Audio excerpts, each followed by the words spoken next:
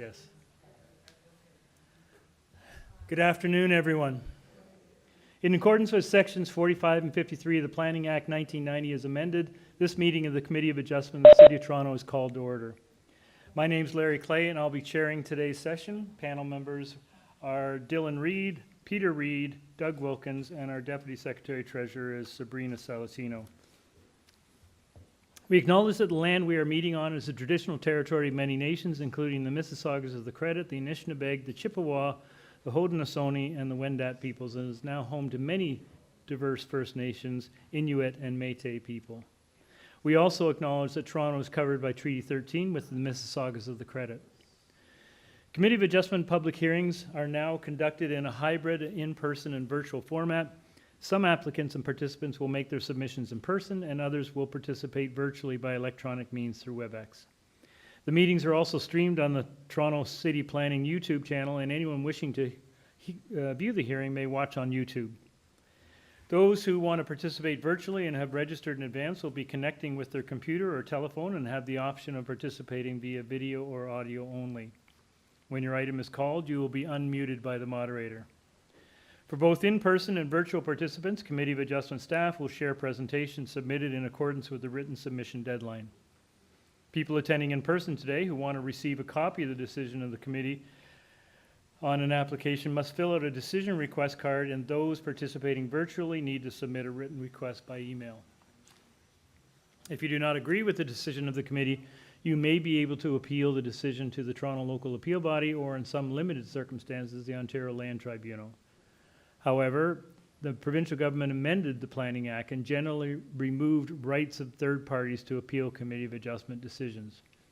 Only the applicant, Minister of Municipal Affairs and Housing, specified persons and public bodies are permitted to appeal the decision of the Committee of Adjustment. Appeal instructions are set out in the body of the decision of the committee. Today, I'll call each item in the order listed on the agenda. Where an application is uncontested, the agent or applicant may proceed with their presentation if desired. When the committee does not require a presentation, applicants are to advise the chair should they wish to speak to the committee. The committee may ask questions and/or take the matter into committee for a decision. Each speaker, including the applicant, will be given a maximum of 5 minutes to address the committee, and I'll comment when you're reaching the 5-minute mark. Any presentation or other materials you wish to submit to the committee must have been emailed in advance of the hearing. Staff and committee members cannot accept materials at the hearing. When addressing the committee, please clearly state your name and address.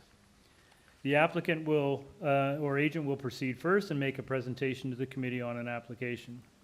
Then individuals either in support or opposed to the application will be invited to speak. Generally, we first call on speakers in the hearing room and then those participating through WebEx. Committee members may ask questions of each speaker after they have finished their presentation, and when all speakers are finished, the applicant has an opportunity to rebut those issues that were raised by the speakers. This will mark the end of the discussion, and the application will be taken into committee for a decision. Madam Deputy Secretary Treasurer, any deferral requests this afternoon? Through you, Mr. Chair, yes, there is one at this time. Item number 25, 534 Harvie Avenue, file number A0642/24TY. We can deal with this at this time. We do have the applicant here in person, so we'll ask Evan to come up to the podium. And then we also have the registered speakers here in person as well. Okay. Okay. I don't know if you want to introduce the file. I'll read it into the record, yeah. 534 Harvie Ave. This is an application to construct a new 3-story detached dwelling, a triplex with a south side covered porches, a south side 2nd-story balcony, rear ground floor deck, a rear 3rd-story balcony, and a new front yard parking pad for 2 parking spaces abutting Harvie Avenue. Also to construct a new 3-story ancillary building containing a garden suite with a rear 3rd-story balcony and a green roof in the rear yard of the property. There will be a total of 4 residential units on this lot, 3 in the main house and 1 in the garden suite. Committee has before it a copy of the plan of survey, site plan, floor plans, and elevations, 4 photographs of trees on the subject property, a deferral request from the agent, red line site-specific bylaw received September 20th. We have staff reports from Urban Forestry, 2 staff reports from Urban Forestry, and from Community Planning. We also have an advisory staff report from Metrolinx. We have oral correspondence in opposition from 532, 536,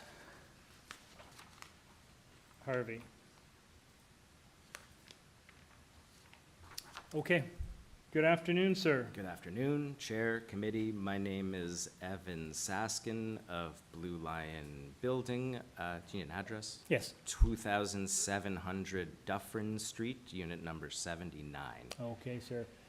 You are requesting a deferral. Could you give us your reason for it? I submitted a letter with a more detailed timeline, but staff requested the reconfiguration of a balcony. And when we submitted that for zoning review, the examiner eventually noted an additional variance that hadn't been noted in her initial 2 reviews. And by the time that was all chased out, there wasn't enough time left in the circulation period for this hearing. Okay, so for our purposes, that's pretty much an automatic deferral. I Okay. have some neighbors here, we've met, they have things to say. Yep. but No questions on this, right? Thank you very much. We'll Thank you. have the first speaker. Do you want me to do it now or after? No, you have to come up to the podium, introduce yourself, first and last name, and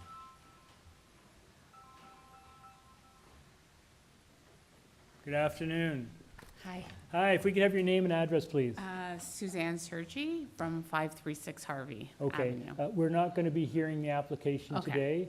All that's being requested is a deferral. As you heard the agent, they have to get a new zoning notice and make sure they have the appropriate variances listed.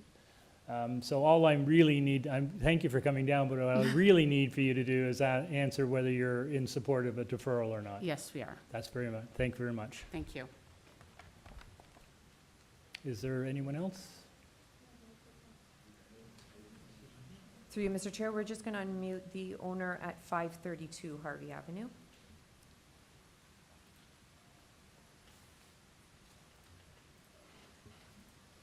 Hello. Yes, good Mike. afternoon. Michael Tassi, 532 Harvey Avenue. I have no problem with the deferral that has been requested. That's great. Thank you very much, sir. Anyone else? That's it. Okay. Let's go into committee. Dylan? I'd like to move a deferral. First of all, as the applicant noted, to have an up-to-date zoning notice, but I would also encourage the applicant to address the forestry refusal recommendations. And I would also recommend that the applicant contact Transportation Services to make sure that the proposed parking pad is acceptable to them. Great, and it sounds like maybe need to speak to the neighbors And too. also speak to the neighbors if possible and get their agreement. Okay. All right. Motion by Mr. Reed, seconded by Mr. Wilkins. All in favor? You have your deferral, sir. Thank you. Okay, we go back to item number 19. 111 Marlborough Avenue. This is an application to alter the existing 2.5-story dwelling. That was that. 2.5-story dwelling by constructing a rear three-story addition, a front porch with stairs, a rear ground floor deck with stairs, rear ground floor parking pad, a rear ground floor driveway, a front third-story addition with a dormer, and a rear third-story balcony, and also to construct a new shed in the rear of the property. Committee has before a copy of the minutes from the July 12th, 2023 public hearing, and the materials is submitted. Copy of the revised plan of survey, site plan, floor plans, and elevations. Revised site plans received September 19th.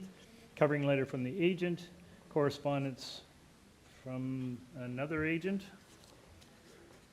Email correspondence from Transportation Services and from Urban Forestry. We have letters of interest concern from 102 McPherson and 109 Marlborough. Through you, Mr. Chair, we do have the agent here in person. We also have one registered speaker in opposition online. Great. Welcome back, sir. Good afternoon, Mr. Chair, members of the committee. Peter Milchin, 192 Lakeshore Road West, as agent for the applicants.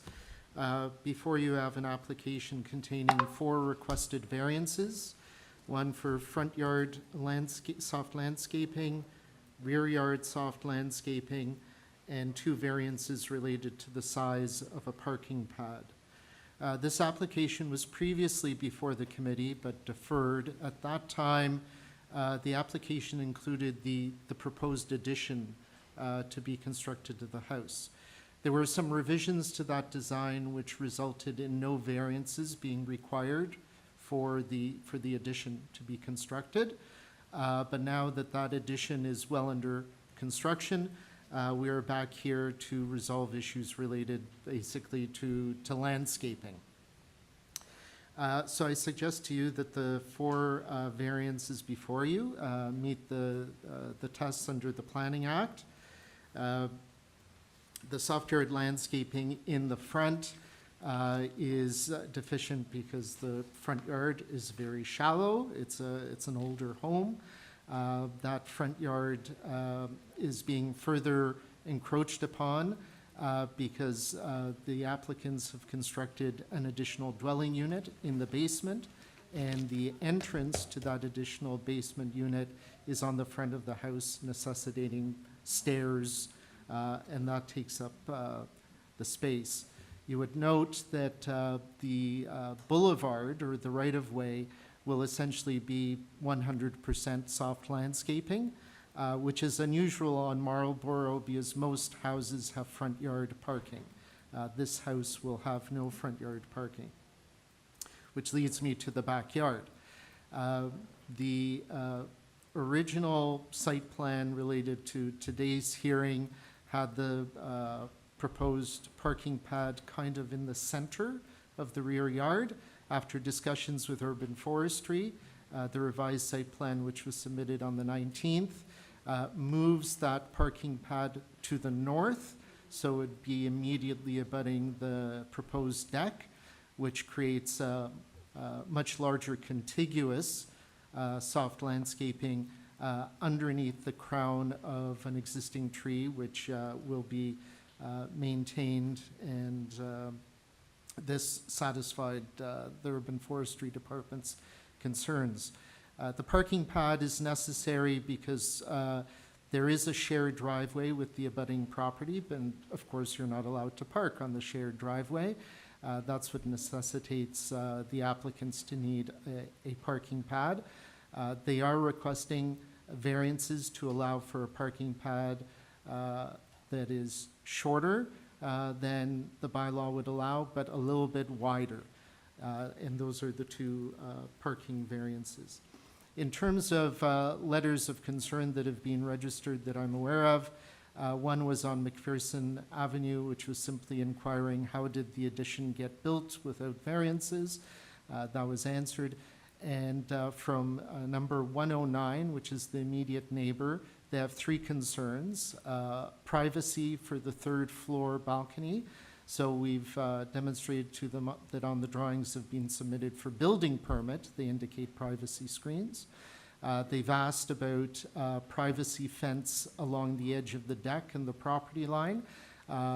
My clients want that privacy fence as much as the neighbors do, so they're committed to installing that. And the 3rd concern was about stormwater runoff. And once the construction is completed, the rear yard will be professionally landscaped, a new parking pad put down, everything will be sloped in such a way as to minimize stormwater impacts on any of the neighbors. Okay, great, thank you, sir. Panel, any questions? Okay, maybe we can have our first speaker. Through you, Mr. Chair, we will unmute Barry Gilbert.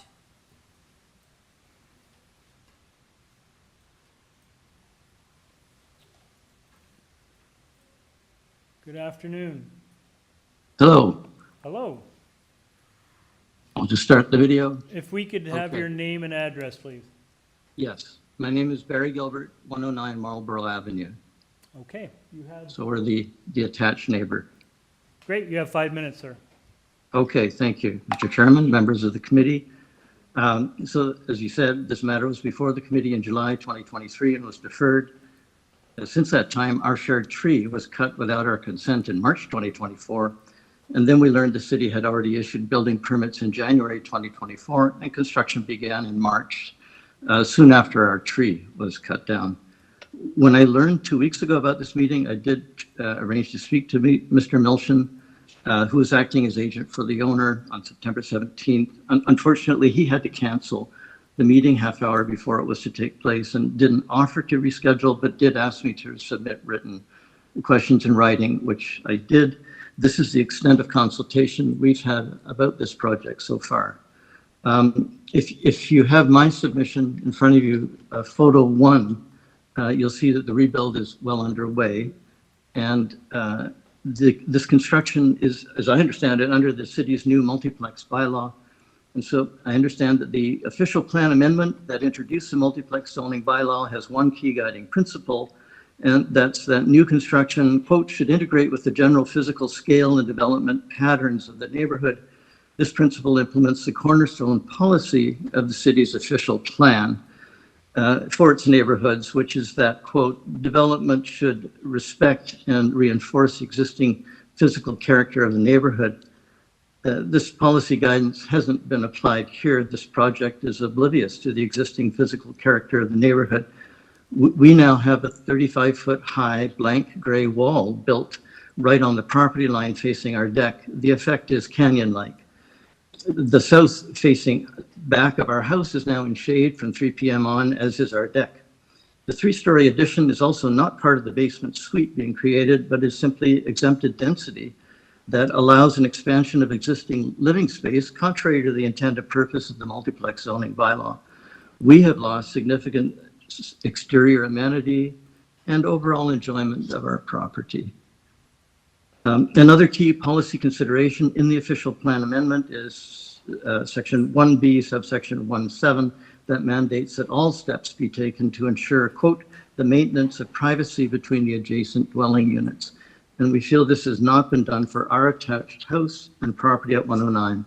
So in my written submission, I outlined the problems of the 3rd floor balcony, which is already under construction. And I understand there's an undertaking to have an east side screen. That prior to this construction, both houses had lower decks that were beside each other with privacy screening between. In the proposed landscaping, there is a deck to be built at the south end of the new addition, 3 feet off the ground, as I understand it, and built right up to the east property line. This means that anyone standing on the deck would easily see over the 6-foot dividing fence into our property. And it would also see into the middle of our garden, which we're planning to use in the future to get away from the sitting beside the 35-foot wall. So if screening's put on a raised deck, we feel it would only add to shadowing of our garden and the increased canyon effect with all the building already on the property line. So I have a revised request for this to mitigate it, which I'll mention in a moment, which involves lowering the deck. I'll ask you to look at photos number 1 and 2, showing the addition and the view from our deck, and I think this illustrates what I'm trying to talk about. If the committee grants the variances, we ask that you add the 3 conditions. The first, and this is the new one, would be that the deck be built at ground level or a few inches above the ground, not 3 feet above the ground. Second, that the deck has at least a 1-foot setback from the east property line to allow some privacy, some noise mitigation, as well as rooms for some reasonable form of landscaping and screening. And finally, 3, already discussed, that the 3rd floor balcony have privacy screening on the east side as is proposed for the west. Finally, I just want to mention the issue of overland water, which is becoming a problem, as we know. The heavy rainstorm we had July of this year left us with a lake in the middle of our garden. I don't see a plan for water runoff and wonder where the downspouts from the new addition will be placed. We're concerned that they'll be put on the shared east property line because there's a driveway on the west side. So we'd just like to see a plan for mitigation of overland water that's flowing off this property, especially given the significantly reduced rear soft landscaping being proposed. So I hope the committee will seriously address the privacy issues that I've raised and the solutions I proposed. and considered the issues about the overland water and helped to bring this development into closer compliance with the spirit of the multiplex bylaw. Thank you. Thank you, sir. Panel, any questions? No, that's it for speakers. Back to David. Mr. Melchin. Thank you, Mr. Chair. There are, on the building permit drawings, it shows east and west side privacy screens on that third floor balcony from metal Okay. with some kind of pattern on it. I'm not privy to the details of that, so that is in place. The owners aren't here today, so I don't know how they feel about a lower deck. It's obviously something that I will convey to them. I believe they're watching this, so it might be something they're prepared to consider. I don't know, but in any case, there will be efforts made to create privacy between the two properties. In terms of the stormwater, the existing mutual drive is actually at the rear of the property. It has been gravel, and it will continue to be gravel. So that allows for rainwater and stormwater to permeate into the ground and provides that additional capacity to deal with stormwater runoff. I'd point out that the two properties immediately to the east, west, 113 and 115 have virtually 0% soft landscaping in the rear yard. My client is going to be kind of stuck with trying to figure out the best way to control water that could be flowing from west to east onto their property and obviously containing their own water. But that's why they're going to continue with that gravel driveway at the rear as opposed to pavers or asphalt or concrete. So I don't know what else we can suggest about the stormwater runoff. It's a constrained part of the city. The lots are small, and they don't want flooding any more than anybody else does, and they will do their best to ensure that stormwater is contained on their property and allowed to dissipate as well as possible. Okay, thank you, sir. Questions, Dylan? The parking pad, now is that a new thing?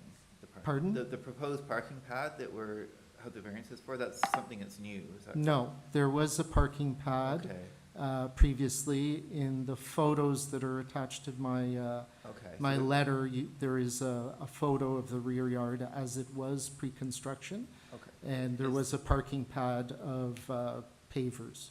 okay, but in a different location, or? It was closer to the house. I'm just wondering if the parking pad will be built new, and if so, we could use. It will be built new. Could it use permeable pavers? They will be using permeable pavers. Okay. So even though the city does not recognize that in terms of soft landscaping, they do want to take every effort to minimize the impact of hard surfaces. Would it be okay if we made a condition using permeable pavers? or That if the we just- parking pad be permeable pavers, yeah, that's not a Yeah. problem. Thank It's you very not on much. the site plan, so yeah, you make a Okay. condition.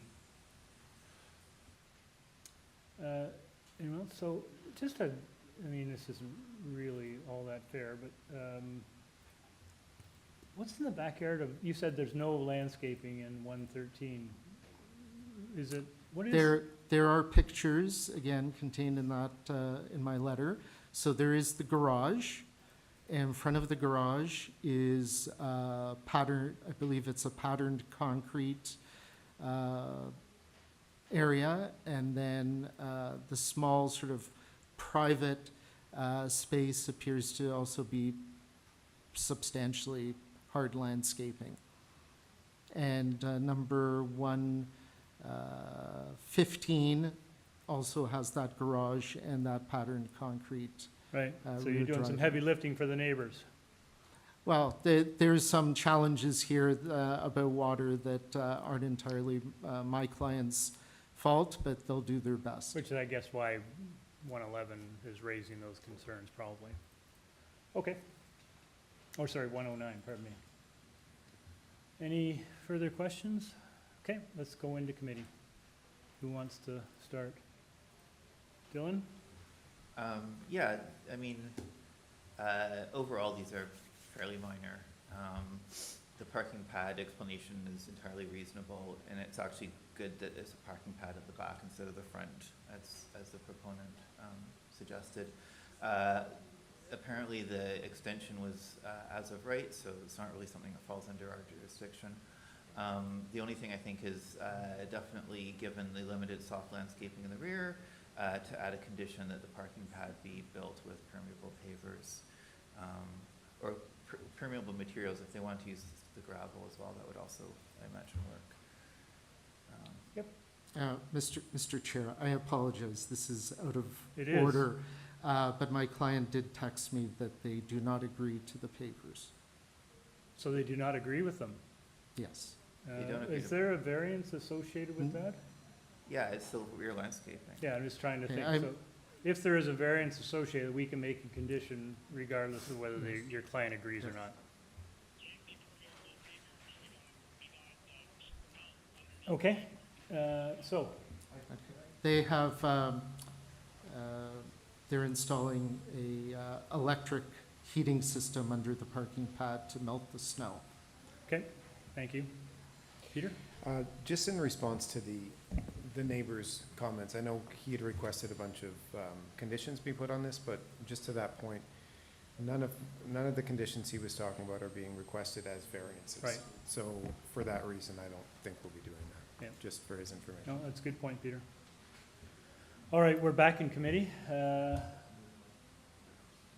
I think it's fair to Dylan's point to request a condition for permeable materials on the parking pad, given the deficiency in the backyard.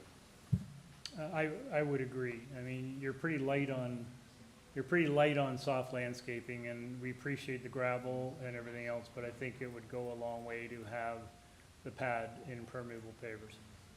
So, anyone want to try a motion? Dylan?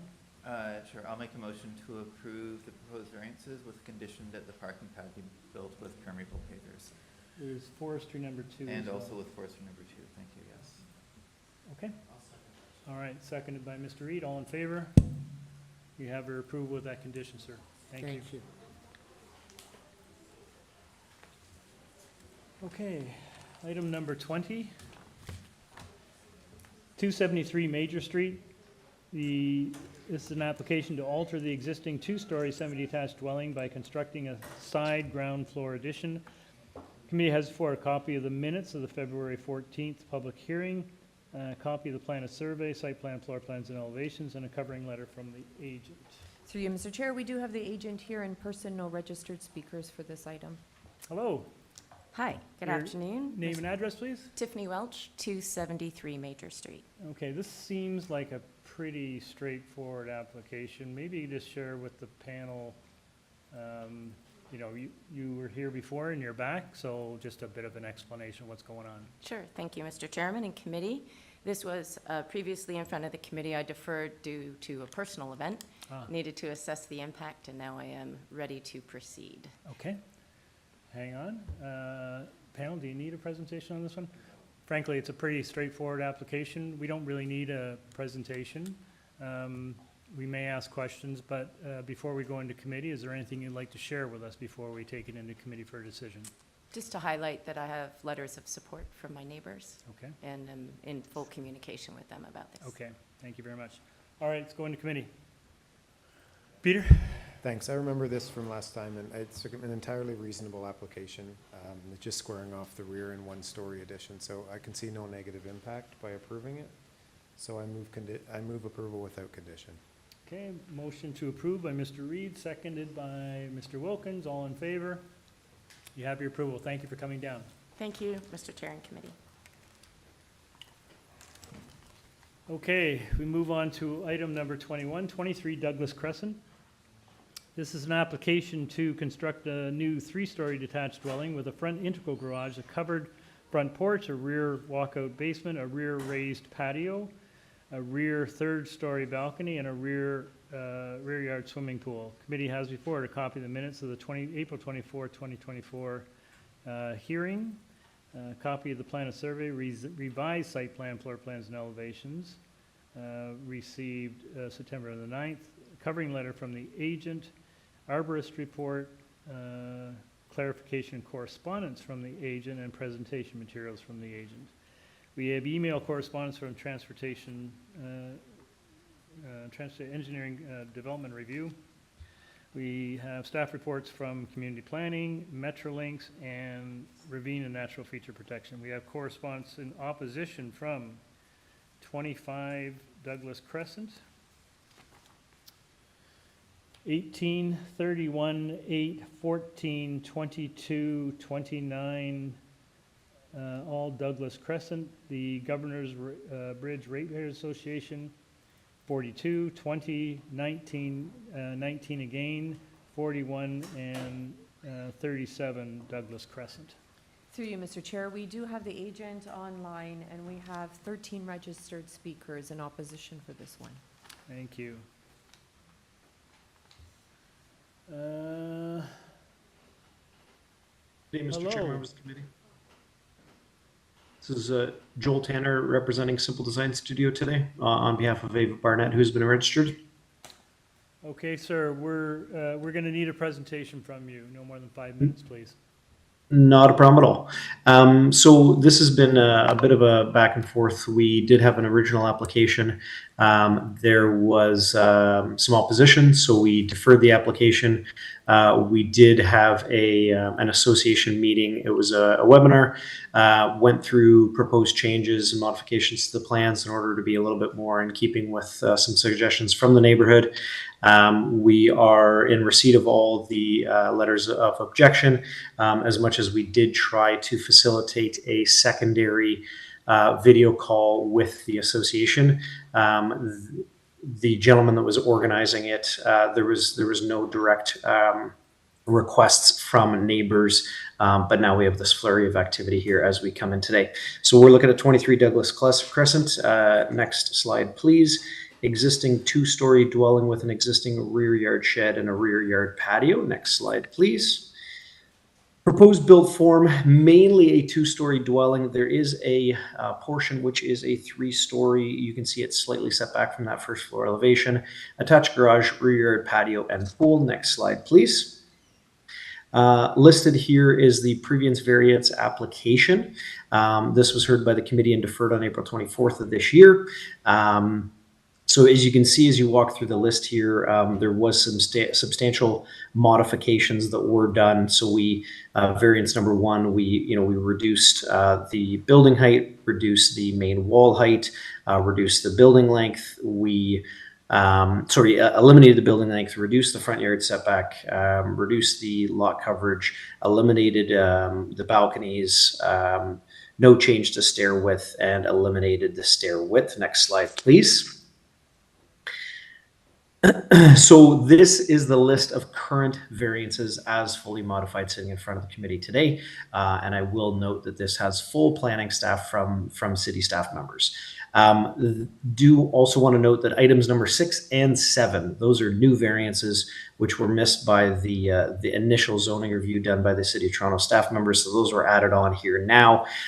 So these are inclusive of the reductions that our team worked very diligently on to get to the finish line. We do feel that we've made substantial modifications to the plans that are in keeping with the neighborhood and the changes that are happening. Next slide, please. I will go through the variances now. So variance number 1 is lot coverage. We're sitting at 37.6. We're allowed 35. I do want to note that that rear porch is included in the lot coverage. If it was not included in lot coverage, we would take it down to 33.9 as the dwelling only, just as a note for everybody. Next slide, please. Variance number 2 is with regards to the front entry steps. Very, very small negotiation here of 2.75 meters, whereas no wider than 2 is allowed. Next slide, please. Variance number 3 is front yard setback. So this was a direct request from the neighborhood during the video call. They were looking to have a little bit more of an adjustment. So stepping back from the left neighbor to try to find a little bit of a happy medium between the right neighbor as well. So we went, existing dwelling is sitting at 5.81. We are proposing 6.85 today. Next slide, please. requested variance number 4. Total building length of 10 meters, whereas 8.5 is permitted. I do want to note that blue line, that most of the house is sitting below, and only a portion of that third floor proposed is obviously sitting above, but it is stepped back from that front elevation. Next slide, please. Here is a notation of building heights throughout the community with their associated heights. You're looking at 55 Douglas being at 10.13, 36 Nesbitt at 10 meters. We've got some at 9.74, 9.4, 9.63. This is why we do not feel that this is out of character with the neighborhood, and it's very much in keeping with what's been transitioning in the neighborhood. Next slide, please. Variance number 5, max height of the main walls, 9.819, 7.5 is allowable. Again, this is very much driven by flat roof dwelling, and you're going to see some variation again in the built form. Next slide, please. Again, there's only a smidge of that front elevation that is projecting of above that 7.5 to take us up to that request. Next slide, please. Variance number 6. Smidge over of 61% as opposed to allowable 60 on the FSI, and that's really just coming from some of the calculation of the garage. Next slide, please. Variance number 7. Again, is max height of parapet. There's 2 variations, lower and an upper, based on the 2-story and the 3-story. And the last set of pages is a sun study that we did for the neighbors, just to show the very minimal impact that it is due to the solar orientation on the property. I definitely am more than happy to answer any questions the committee has, the neighbors have. I do feel we have a very strong presentation in front of the committee today that the city, again, the staff members are supporting in full. Thank you very much, committee. Thank you, sir. Just for a point of clarification, the public notice that we're looking at has 8 variances. You went through 7. Can you help us understand what? Yeah, 2 of them are combined. Oh, okay. Yeah. Oh, so you did was it the pedestrian stairs? Yeah, it was. You combined 2 and 3? Numbers, we're just double checking here.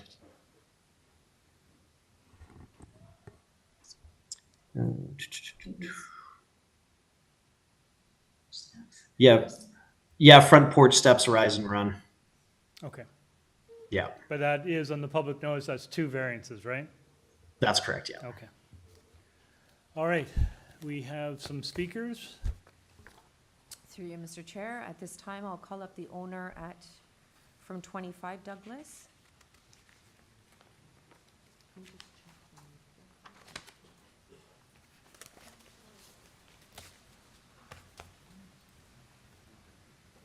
Good afternoon. Good afternoon, Ron Blakeman and Daphne Blakeman from 25 Douglas Crescent.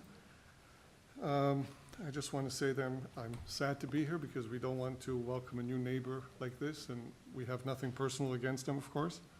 I have 5 minutes. I'll try to read this very quickly, okay? I just want to clarify that the timeline. The original proposal had a Committee of Adjustment hearing date of April 24. Zoom call was scheduled for April 15. Deadline for community feedback was April 17, 2 days later. SMPL wanted to submit the new proposal on April 19, but that would have violated our feedback deadline, so it was decided to defer the hearing. The feedback that the community provided had little or no impact on the original proposal. The planning department opposed the original proposal, and that alone drove the changes that were presented to the neighborhood during the April 15 Zoom call. The community was not satisfied with the small adjustments presented during that call. We had concerns with multiple variances, especially related to height. The April 15 presentation is essentially the proposal we are opposing today. Therefore, the current proposal, we're not happy with it, given that height variance 5 is 18 above the limit, height variance 6 is 31% above the limit, and height variance 8 is 23 above the limit. I also want to point out that on 7/29, SMPL wrote the following letter, and I'll just quote 2 sentences. The call was productive, and it was agreed that 7 of 8 variances would be reduced or eliminated to satisfy the community, end of quote. There was no agreement. Neighbors felt ignored after coming into that meeting in good faith and an open mind.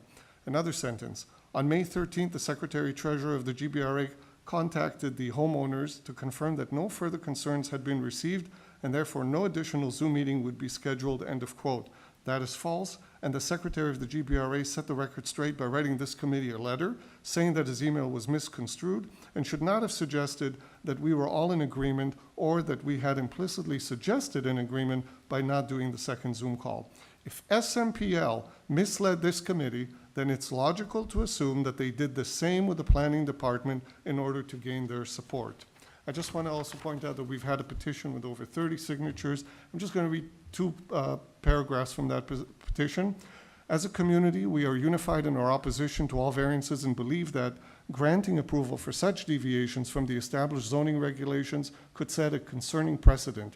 Over time, this could significantly alter the character of our neighborhood, impacting factors such as light exposure, privacy, and the natural environment that we all cherish. The proposed house is incompatible with the community's character due to its large significant variances.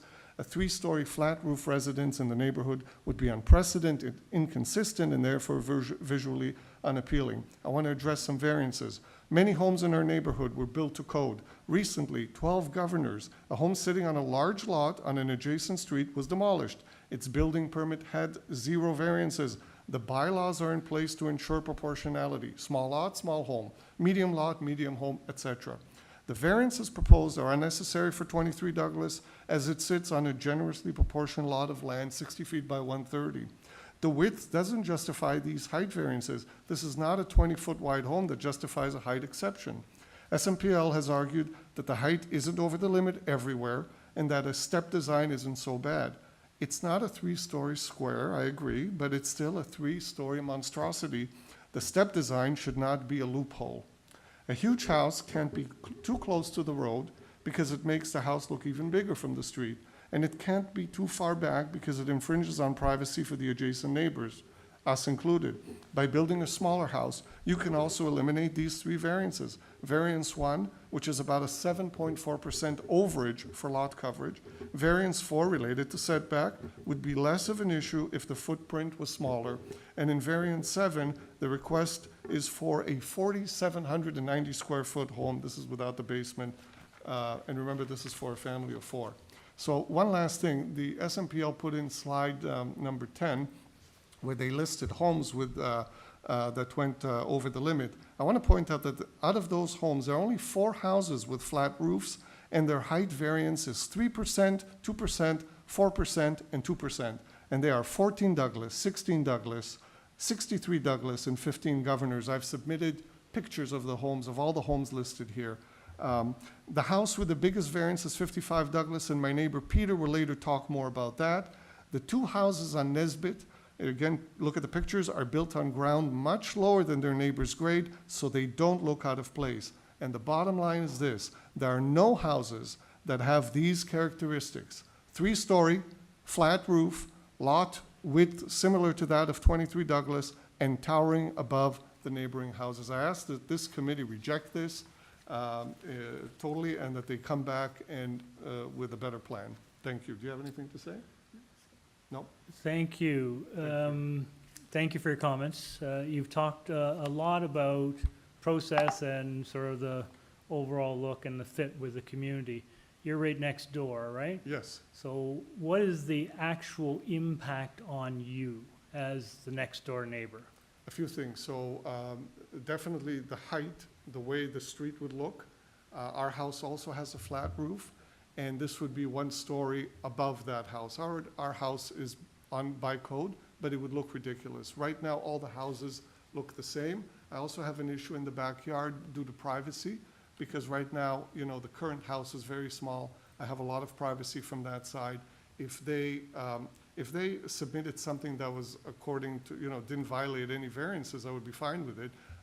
But the 3rd floor, they can now definitely look into my backyard, and that violates my privacy So you're and right of concerned about enjoyment. the look, the uniformity of the look and overlook from the 3rd floor balcony? Yeah, and again, for the whole community, I just feel like it doesn't fit. Okay. Yeah. Thank you very much, sir. Any Any questions? Thank you very much. Thank you, folks. Thank you. Through you, Mr. Chair, we'll hear from the owner at 15 Douglas Crescent.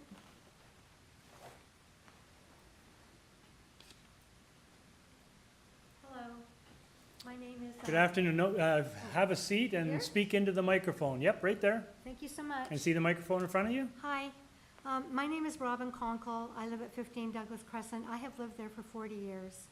I think the problem that we have, I've never seen such an uproar in the neighborhood as what there is presently because of the variances that they're asking for. Many of us in the neighborhood, including myself, renovated our houses, built new houses. We adhered to what the bylaws were. We knew when we purchased our houses what the parameters were, and I would have liked to have added more to my house, but I didn't do it. Because I understood when I purchased my home that these were the bylaws, these were the parameters, and I adhered to that. I think what's happening to the people who live at 25 and 21 Douglas Crescent is actually cruel, in my opinion, because when all of you go home tonight, you'll go home and you'll think, I'm so glad to be at home. I love where I live.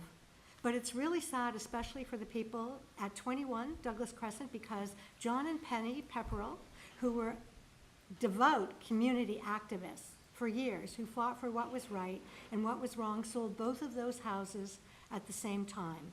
And I'm certain, and I'm speaking on my behalf, not their behalf, that if Penny knew what was going to happen with her other home that she sold at the same time, with the tremendous variances, I don't think she would have been happy.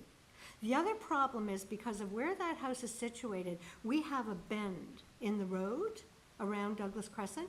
It's a very narrow portion of the street. And if, in the wintertime especially, when there's snow, if anyone tries to come around that corner, it's almost impossible. So when they're building this house, you know, the construction vehicles are going to be there for a protracted period of time. And my other concern is if there are extra variances, that means that the amount of time required to build the home, it's going to take longer, in my opinion, just based on what I've seen with some of the other construction issues in the neighborhood and renovations. But I just think that as a matter of principle, they knew what they were going to be allowed to do when they purchased the home. The people at 21 and 25 will never have the same enjoyment, and I was looking from the province of Ontario, because there are bylaws in place, and you know those, but it's about everyone's enjoyment. Everyone has the right to the use and enjoyment of property individually or in association with others, and the right not to be deprived thereof except in accordance with law and for reasonable compensation. No one disputes that they should not be building a home within the limitations of what they were allowed to build. But they are going outside of the law, and that going outside of the law is absolutely going to impact the enjoyment of property, the enjoyment of life for the people especially who live at 21 and 25 Douglas Crescent. And I just think it's a shame and it's cruel. And I'm not the only one, it's everyone in the neighborhood. You know, so now I'm sorry, I'm not an eloquent speaker, I'm not a technical speaker, but I know that we all played by the rules, and I don't think this is fair. Thank you. You said you're not speaking on behalf of 21 or 25, I think. I'm sorry, I'm speaking on behalf of 21 and 25 as a neighbor. Oh, okay, but they're here as well. Yes, so I mean, I'm speaking on behalf of myself, 15 Douglas Crescent, and how I feel and a number of other neighbors feel about the construction of this home, what this home is going to look like, how it's going to impact the neighborhood, and not to mention the birds, because we happen to be on the Rosedale Ravine, and apparently much of the house, the back of the house, is glass. And I know even with my home, birds are constantly hitting my second floor windows. And a couple of times, you know, they've been knocked unconscious and, you know, have taken a while for them to revive. And if this, you know, the house has a tremendous amount of glass in the back of the house, and it's 3 stories in some areas for a single-family dwelling. Birds are going to hit that glass. Okay, ma'am, the one last question I'll ask you is you're a little bit away from this house, so is there a direct impact on Well, you, or I'm- is it more to do with the look? No, there's a direct impact as to how the construction is going to impact So the street. construction process? The construction process And the duration, by having these extra variances, because it has to add to the. Not necessarily, but what I will tell you is this committee doesn't deal with the construction aspect of it, so, Okay. I mean, that will be something that will be managed by the building The code. appearance and breaking and setting a precedent within the neighborhood. Okay, thank you, ma'am. Thank you, goodbye. Through you, Mr. Chair, we'll now hear from the owners at 19 Douglas Crescent.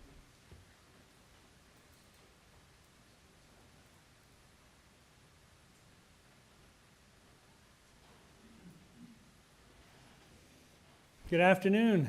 Good afternoon. Thank you, Mr. Chair. If I could have your name and address, My please. name is Jeffrey Smith. I live at 19 Douglas Crescent. Okay, you have 5 minutes, sir. I'm And Peter sorry, are Smith. you speaking I'm as well? Peter Smith, no, That's my son. maybe Okay, just very briefly, but for the record, Peter Smith at You're- 19 Douglas Crescent. okay, thank you. I- Go ahead, sir. Mr. Chair, I've sent 2 letters to the committee with my views on this project. I'm in opposition to the multiple proposed variances. I have some experience that I think is relevant. I have owned 19 Douglas Crescent for more than 50 years, and I've seen the neighborhood develop in a way well managed by the rules of the city. I was a director for more than a decade of Morrison Hirschfield, a leading Ontario civil engineering company, ironically founded by Professor Carson Morrison, who lived at 21 Douglas Crescent. 23 was owned by Professor Breckenridge, head of electrical engineering at U of T. And I understand the power of neighborhood action. I led Governor's Bridge as we created a citywide organization, Friends of the Valley, to support the Conservation Authority's expropriation of the Don Valley Brickworks, which borders directly on 23 Douglas, as its first use of the $50 million the province and the city allocated to acquire all remaining privately held properties in Toronto's Ravine and Valley system. That's all now done, thankfully. So over the years, I'm pretty familiar with games being played in the development space. To ensure that neighborhoods are well balanced and remain attractive to all, the Committee of Adjustment and the Ontario Municipal Board before it takes much trouble to set out detailed planning guidelines for architects and developers to apply in a neighborhood. To propose a building, as at 23 Douglas, that deliberately breaks almost all those guidelines is very disrespectful to the legitimate role and authority of this committee. Rules are put there to respect, not to flaunt. For example, there is no way that placing a 3rd story on a building in our 2-story neighborhood can be described in normal English as a minor variance. That and the rest of the so-called minor variances are preposterous and simply represent the desire to maximize investment in land. In a city where affordable housing is a real issue, it is impossible to argue that a family of 5 needs 6,700 square feet in which to live. The rules are in place, your rules are in place to establish harmony. And as long as you stay within the guidelines, you can do what you like. The reasonable minor variances can be accepted by all. This has happened many times in our neighborhood with no opposition. This development, though, and their proposals for variance cannot be considered minor. I'm also worried that if approved, these variances set a terrible precedent. The fact that the architects include a page of approved height variances in the neighborhood as support for their own proposal is a clear indication of how previous reasonable variances are stripped of context and then used as support for future development. I would urge the committee to consider this as you weigh your decision. We are long-term residents, are committed to protect our neighborhood. Today we are asking the committee to help us to do that. Many fine buildings have been built in Governor's Bridge under your committee's guidelines. The same can be done at 23 Douglas Crescent. It's a special and beautiful property that can easily be built to be a fine addition to the community if the development is done under your committee's guidelines. Thank you, sir. Did you have anything to add? The only thing I would add is just the architect referenced 55 Douglas as a particularly high building on the street. There was a series of photos that was submitted by Ron and Daphne of the actual properties. And 55 Douglas, if you look at the actual image from that, you'll really get a sense of how that height is disguised and very well considered. They did build a small suite in the back. You can look at it, but from the street, it's almost invisible given the shape of their roof and how they've done it. They also consulted their neighbors. They got agreement ahead of time, and when that variance came in front of this committee, there was no opposition from the neighborhood at all, and it sailed through, and then they were able to build it. So it's just one of those, it just feels extreme. And so none of us really want to be here, but at the same time, for the sake of the neighborhood, we are, and for the sake of supporting our neighbors. Thank you. Thank you. Sir, thank you very much for your very eloquent remarks. We really appreciate them. You live a couple of houses down, do you? Yes, Yeah. 19. And what is, in your estimation, would the impact of this development be on you and your home? It's, the impact will be on a change in the architecture in the So it's the neighborhood. look? The look and the height. Okay, And it's the precedent that we're really worried about. okay. Thank you, sir. Thank you. Thank you very much. Through you, Mr. Chair, we'll now hear from the owner at 41 Douglas Crescent.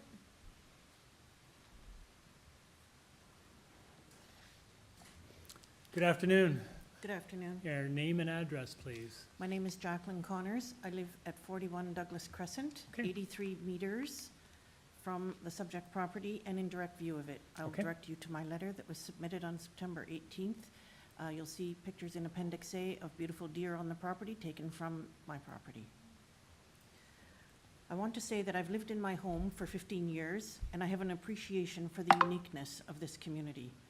We can all agree that the homes in this community are generously proportioned and more than adequate for the purposes of housing a family. We can also agree that it is appropriate to update homes with modern conveniences, and no one is disputing that. What is being disputed by 13 neighboring property owners today, in writing and in person, are the excessive variances being sought to the existing bylaws. I'm here to ask the Committee of Adjustment to defer consideration of these proposed requested variances pending satisfactory consultation with the community, or to decline the application altogether. SMPL Design Studio has characterized the following bylaw variance requests as minor. The proposed building height of 10 meters, which is 17.6% in excess of the permitted maximum height of a single-family detached dwelling. The proposed height of all main walls at 9.82 meters, or 30.9% in excess of the permitted maximum. The proposed parapet height at 7.8 meters above the main wall, or a whopping 23.5% increase in excess of the permitted maximum. And the proposed setback at 6.85 meters, which would bring the dwelling 28% closer to the street permitted by the bylaw, and presumably so that a swimming pool can be accommodated without encroaching on the ravine property. These are not minor variances. None of the 4 tests for minor variance approvals as set out in Section 45 of the Planning Act have been met. The requested variances ranging are not minor in both size and impact. They are not desirable for the appropriate development of the site and neighboring lands. They are not aligned with the general intent of and purpose of the zoning bylaw, and they are not consistent with the city's long-term goals and vision, including respecting and reinforcing neighborhood character. Property developers and architects have been steadily attempting to increase the height of homes in this unique community. As a result, home buyers now default to demolition, as historical home heights are deemed too small as compared to new builds. At the current rate of demolition, the character of Governor's Bridge neighborhood will be eradicated within 15 years. In their report to the city submitted on September 17th, SMPL Design Studio included information about other properties with requested variances. I found this to be biased. Those were all 2-story homes and not 3-story as proposed by the applicant. SMPL neglected to include examples of properties that have been redeveloped without excessive variances. I ask you to review the photos included in the appendices to my letter of objection dated September 18th. You can see that the proposed variances for 23 Douglas Crescent are significantly disproportionate to the streetscape. The proposed variances, if approved, would make 23 Douglas Crescent the largest home in the community in terms of height and number of stories. We may presume that the next applicant to come to the Committee of Adjustments will then use 23 Douglas Crescent as their further precedent and seek additional variances. I'm troubled by the false assertion by SPML Design Studio that the revised architectural plans highlighting the revisions were reviewed by the community and that no further objections had been raised. There were 9 letters of objection filed with the Committee of Adjustments before an adjournment was sought for the scheduled April 2024 hearing, and 11 letters of objection were filed before today's hearing. I want to point out there are no letters of support. Clearly, the community is dissatisfied with the requested variances. I appreciate the opportunity to present my comments to you today. Thank you very much, ma'am. Okay, do we have our next speaker? Through you, Mr. Chair, I'm just looking into the audience. Is there anyone here that wishes to speak on this item? See none? Okay. So we will now go to our virtual participants. So the owners at 22 Douglas Crescent.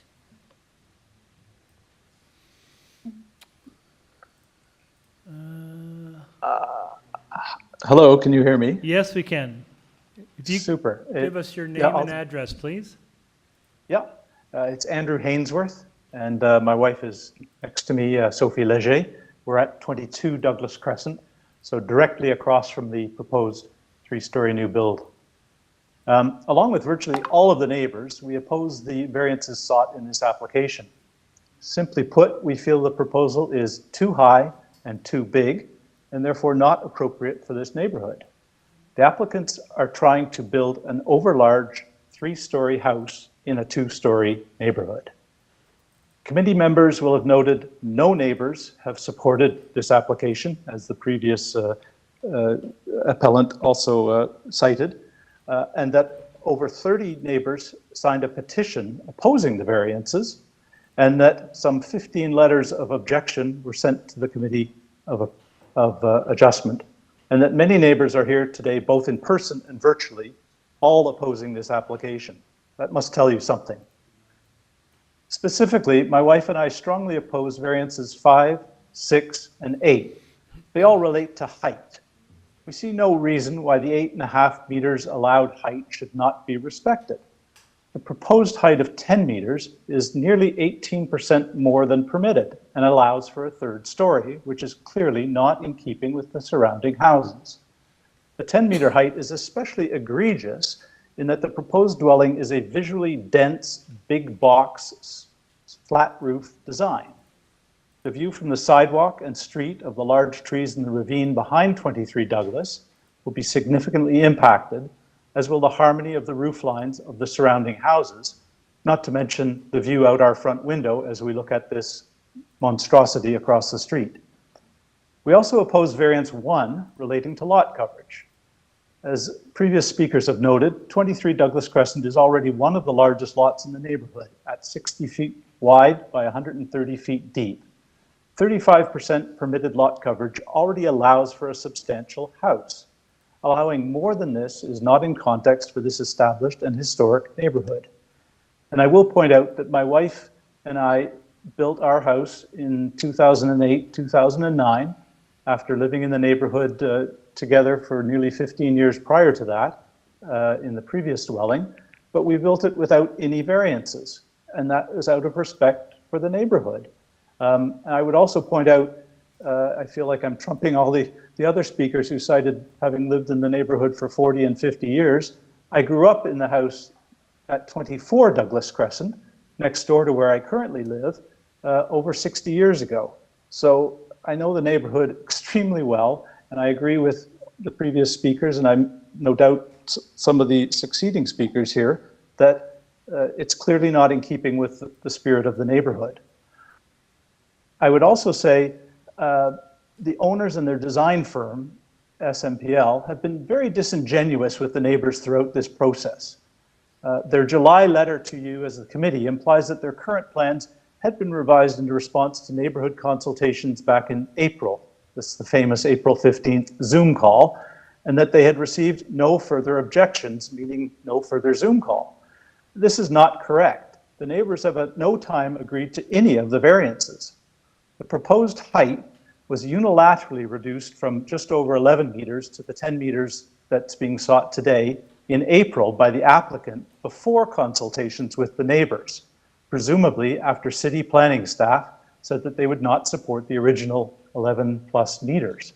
The height of 10 meters is what neighbors have been presented with and objected to consistently since a Zoom call on April 15th with the applicants. The applicants have not budged from that 10-meter height since then, nor have they used the last few months to reach out to neighbors with any compromises or new proposals, despite at least a couple of neighbors trying to engage with them. I'm concerned that the applicant has misled city planning staff by implying neighborhood consent. This is certainly not the case. The owners also refer to several other homes in the neighborhood with height variances. However, almost all of these homes are much lower than 10 meters high, are only 2 stories, and have gables or slanted roofs. I'm not sure those are the technical terms, but they're not flat roof big box structures, and that lessens the visual impact. Some of these additions are also at the back of the houses, not really seen from the street, as we saw with 55 Douglas Crescent. The applicant is citing other homes in the neighborhood as precedents in support of their height variance request. If these other homes are used as precedents, then allowing the variances of this applicant will only set another precedent for the next house in the neighborhood. Where does it stop, and why have rules in the first place? To conclude, the proposed dwelling is too high and too big, and therefore not appropriate for this neighborhood. It is for these reasons that we request that the committee deny this application. Thank you for your time and consideration. Thank you. Our next speaker. Through you, Mr. Chair, we will now hear from the owners at 20 Douglas Crescent. Jonathan Ages.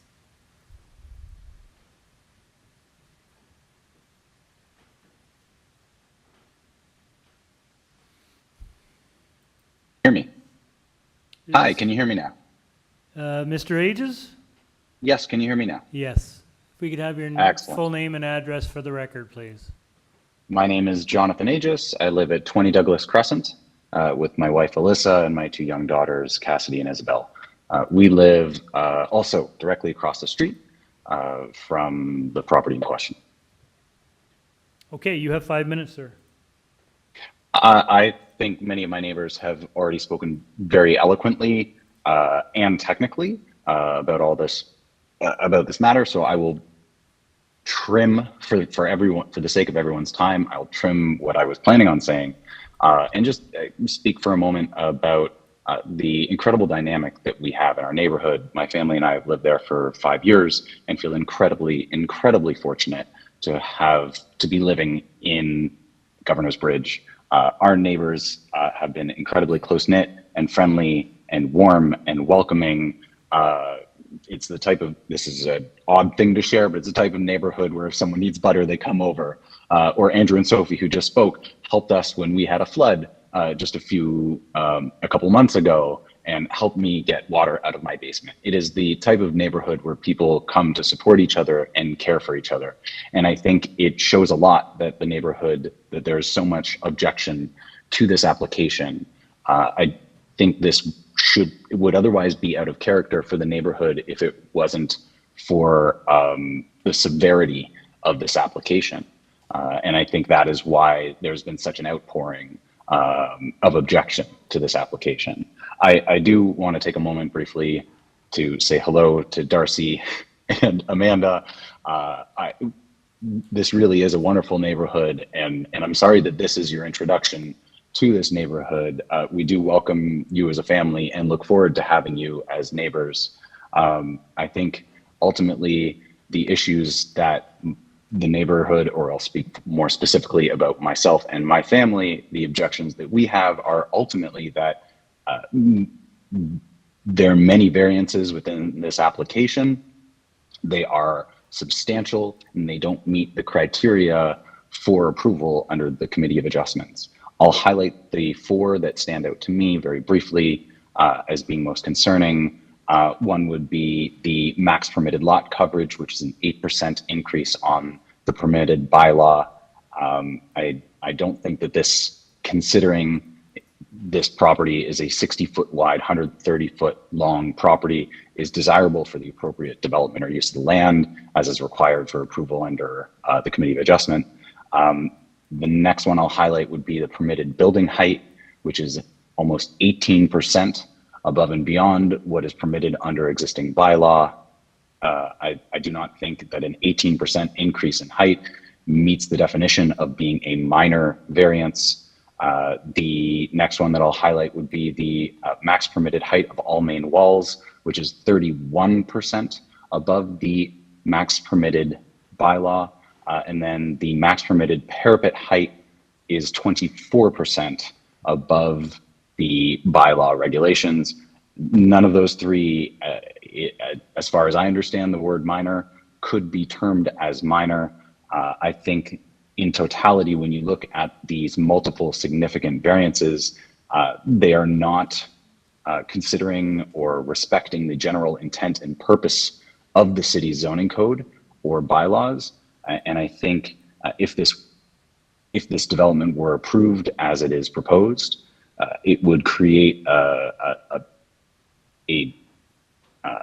precedent for our neighborhood that would negatively impair the enjoyment of the immediate neighbors, as well as negatively impairing the dynamic and character of our neighborhood. Thank you, sir. Sabrina, how many more speakers do we have? Through you, Mr. Chair, we do have 4 more speakers. Great. I'm just going to, we've heard many speakers, great comments, good input. For the remaining 4, if you could just avoid repeating some of the things that your neighbors have already told us, because I think we get the message. Through you, Mr. Chair, we can now hear from the owner at 37 Douglas Crescent. Sabrina? Okay. We'll move on. So through you, Mr. Chair, we've made attempts to contact the owners at 37 Douglas Crescent, 17 Douglas Crescent, 18 Douglas Crescent, and we have not been able to contact them, as well as Kenneth Lau. So we will move on to 21 Douglas Crescent. Okay.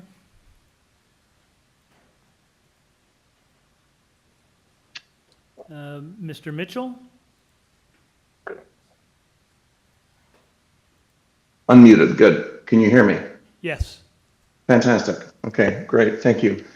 Well, first of all, I'm a registered owner at 21 Sorry. Douglas. That's And it's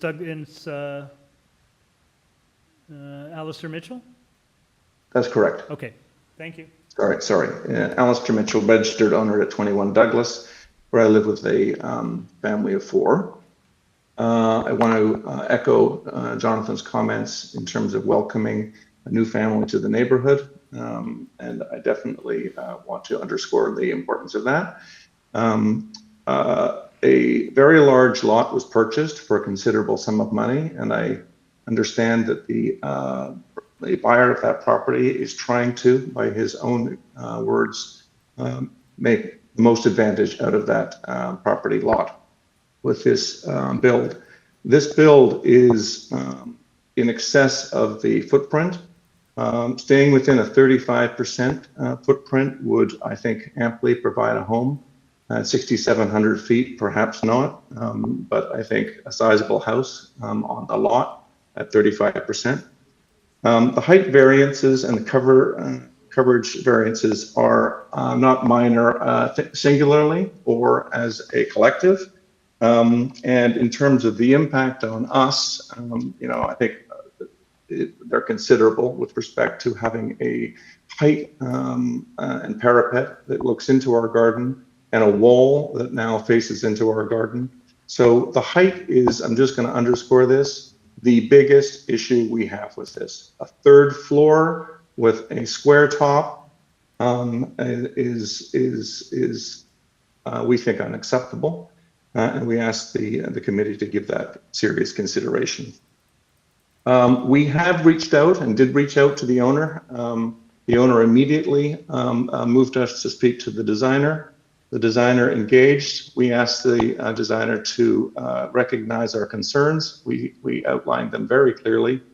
We said that we'd be delighted to hear back from the owner with respect to any changes, and we would take those changes seriously and give them consideration. We have never heard a word since. The headline I'm really trying to share here is obvious. It's been reiterated by various people in this session, and I want to thank them. 15 Douglas, making a point around the impact on direct neighbors. We're one of those. And the various people in the community that are stepping up here, I am very thankful for that. The impact is enormous to us. We have a home that is 3,500 square feet, and we're now sitting beside what may be a 6,700 square foot house with a third floor parapet. I urge the committee to take all the comments that are provided here and object them seriously, and I thank you for your time. Thank you, sir. Through you, Mr. Chair, we can now hear from the owner at 14 Douglas Crescent.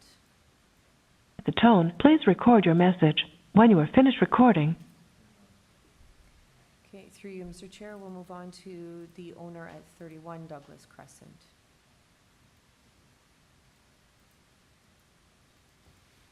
Ms. Reed.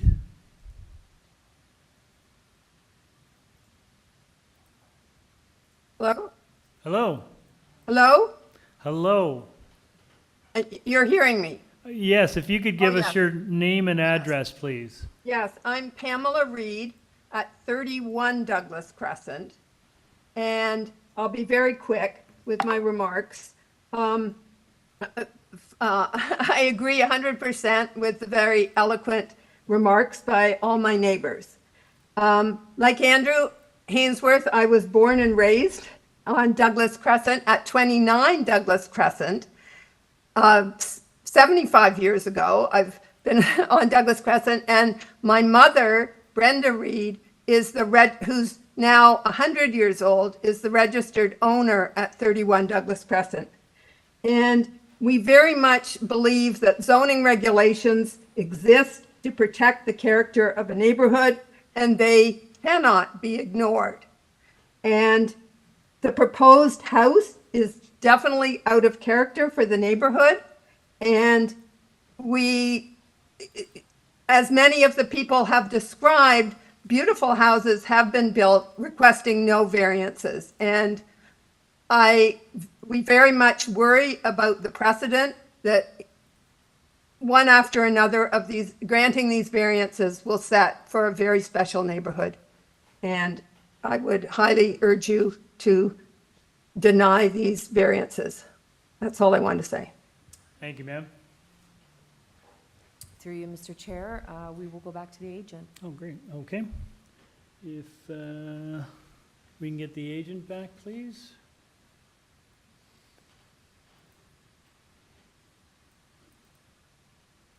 Hello? Good afternoon again, committee. Thank you so much. If we could just roll over to slide number 3, please. If you don't mind, that would be fantastic. So slide number 3, this is a to-scale representation of the proposed dwelling that is being discussed here today in front of the committee, just for 100% scale purposes, so we can really understand the variances at hand here. If we can now roll to slide number 9, please. Again, slide number 9 is just a reinforcement that there's only a small portion of the dwelling proposed to be a 3-story, 10-meter volume. That number is 29%. So 29% of the roof is sitting at that 10-meter area. The rest of the roof is sitting below the 8.5 meter permitted height. If we could roll to slide 5, please. So again, I just want to reinforce, we're looking for a 2.6% lot coverage deviation, which is solely to do with that rear covered patio that's taking us over, because the house is at just shy of 34. We're looking at a stair width variance, We're looking at a front yard setback variance. Again, we've actually improved the condition, so we've moved the home back from the streetscape by 1 meter. Again, when it comes to building height as well as max wall height, again, it's a portion of the walls that are concerning. It's not the entire dwelling as a whole. We're looking for a 1% FSI increase. And again, the maximum parapet height, because we are seeking a modern flat roof dwelling structure in front of us today. I also want to reinforce that there was direct communication with Jeffrey, who is the GBRA Secretary Treasurer. And I do want to reinforce that some studies were done by SMPL and provided to the community. Revised drawings were provided to Jeff and provided to the community. And there was not any outcry for a video call, so it was canceled. We were communicating directly with Jeffrey, so we did provide ample opportunity to have additional communication above and beyond that initial Zoom call. So we very much appreciated that first Zoom call that we did have with the community, and we did take into consideration the feedback and the commentary, which is why today we're seeking a massive reduction in these variances. We also are sitting here today in front of the committee with full staff support because of the way that we've approached the reduction in the variances.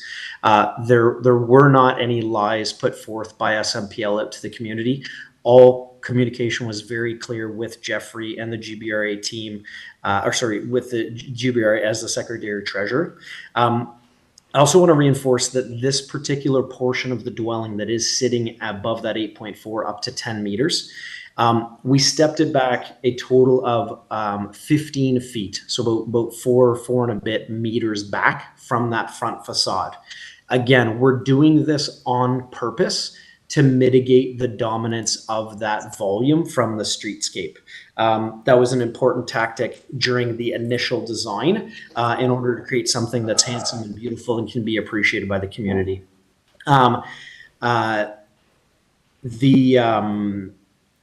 The family is looking to build this. They do already reside in the community in a different home that they did a renovation to. They're looking to grow their dwelling. They're looking for future expansion with family opportunities as parents age in place. That is the driver on the design aesthetics that we've took today. And if you'd like, I could go by address just to quickly respond to some of the comments here. When it comes to direct height of the building, again, we've done a substantial reduction in the building height. So we're only seeking that small portion of building envelope to be sitting at 10 meters. There are a series of houses throughout the community that have sought variances throughout the years. So we're not the first home in the community to seek variances from the Committee of Adjustment. We also, from a construction perspective, again, we're not going to touch on construction issues. It's very normal to have people parked on the street during construction. We introduce bird glass a lot to our structures in order to mitigate any potential death of birds during the lifespan of the home. Sorry, just going through all these notes here. Yeah, any questions the committee has, I'm more than happy to answer them. Thank you so much for your time. Thank you. Panel, any questions? Dylan? Yeah, I mean, clearly the third floor is the primary bone of contention. I was just wondering why your clients feel the need for that third floor, or what it is that they're hoping to use it for. Yeah, so currently it's designed as an additional bedroom space.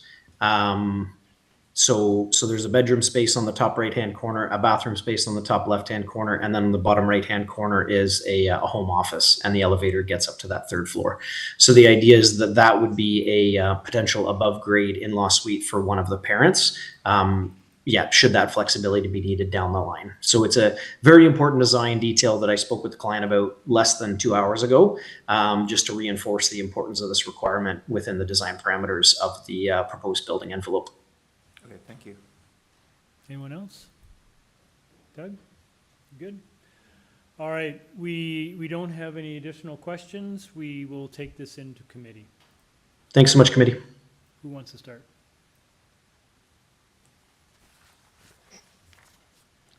I'll start if you want. You go ahead, Peter. Seems I always start, so You always do. I'll start.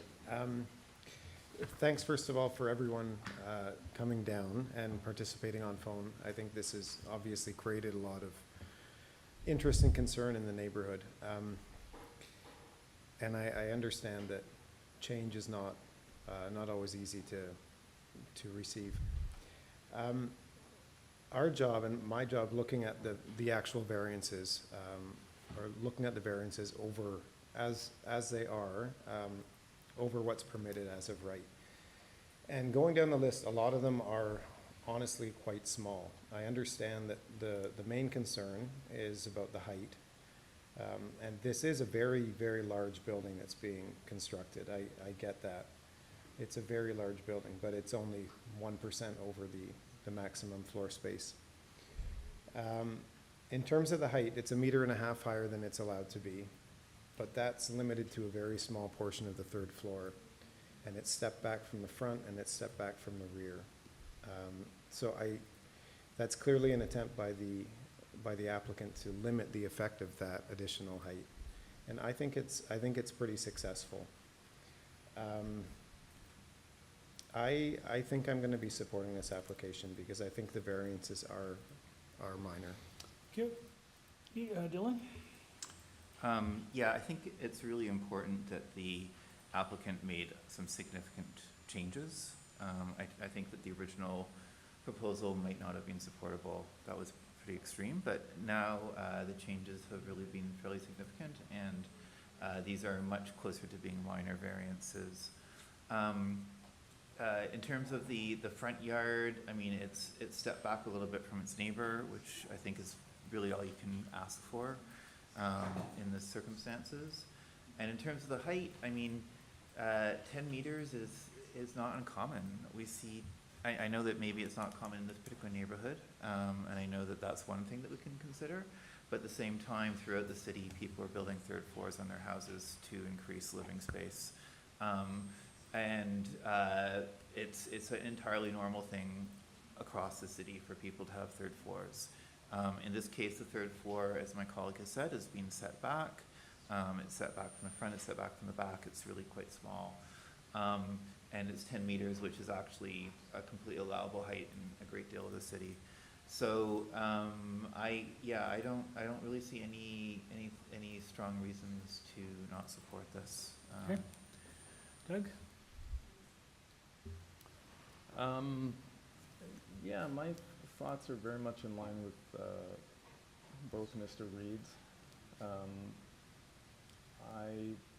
I personally was thinking about the neighborhood, and I see there are different types of dwellings, including with flat roofs, so I don't necessarily see the project as being out of character.